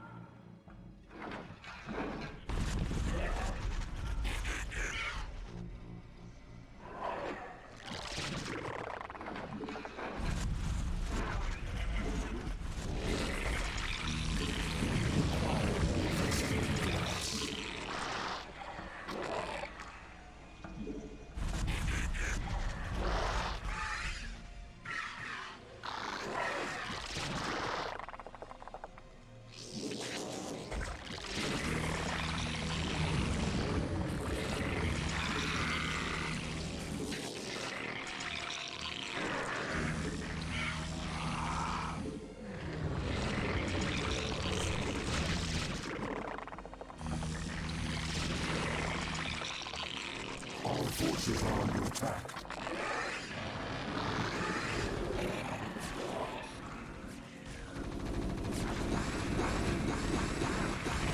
Our forces are under attack.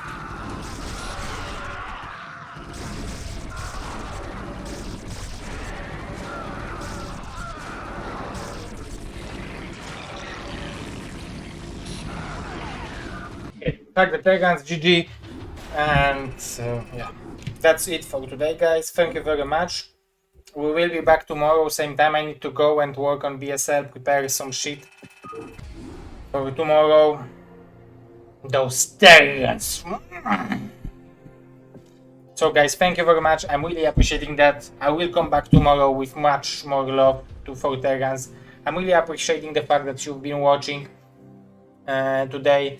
BSL as well as my ladder, because every view helps. So thank you very much, guys. I think it was a pretty nice ladder despite the last losses.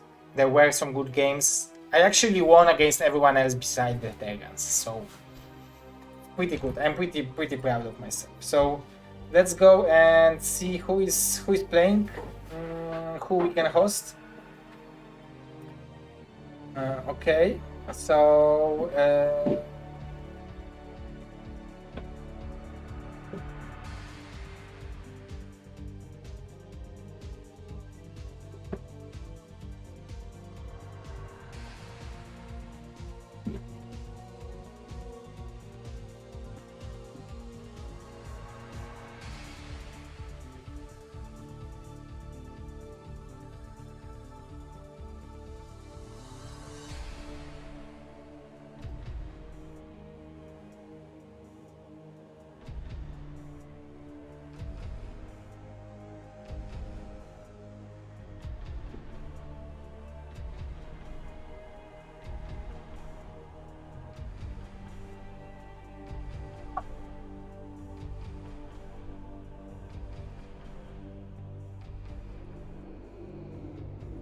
okay, let's go and arrive Mr. Zeti, because he played on BSL Vibe Tag yesterday, so let's show some appreciation for that. Thank you very much, guys, for watching, and see you next time. Bye bye.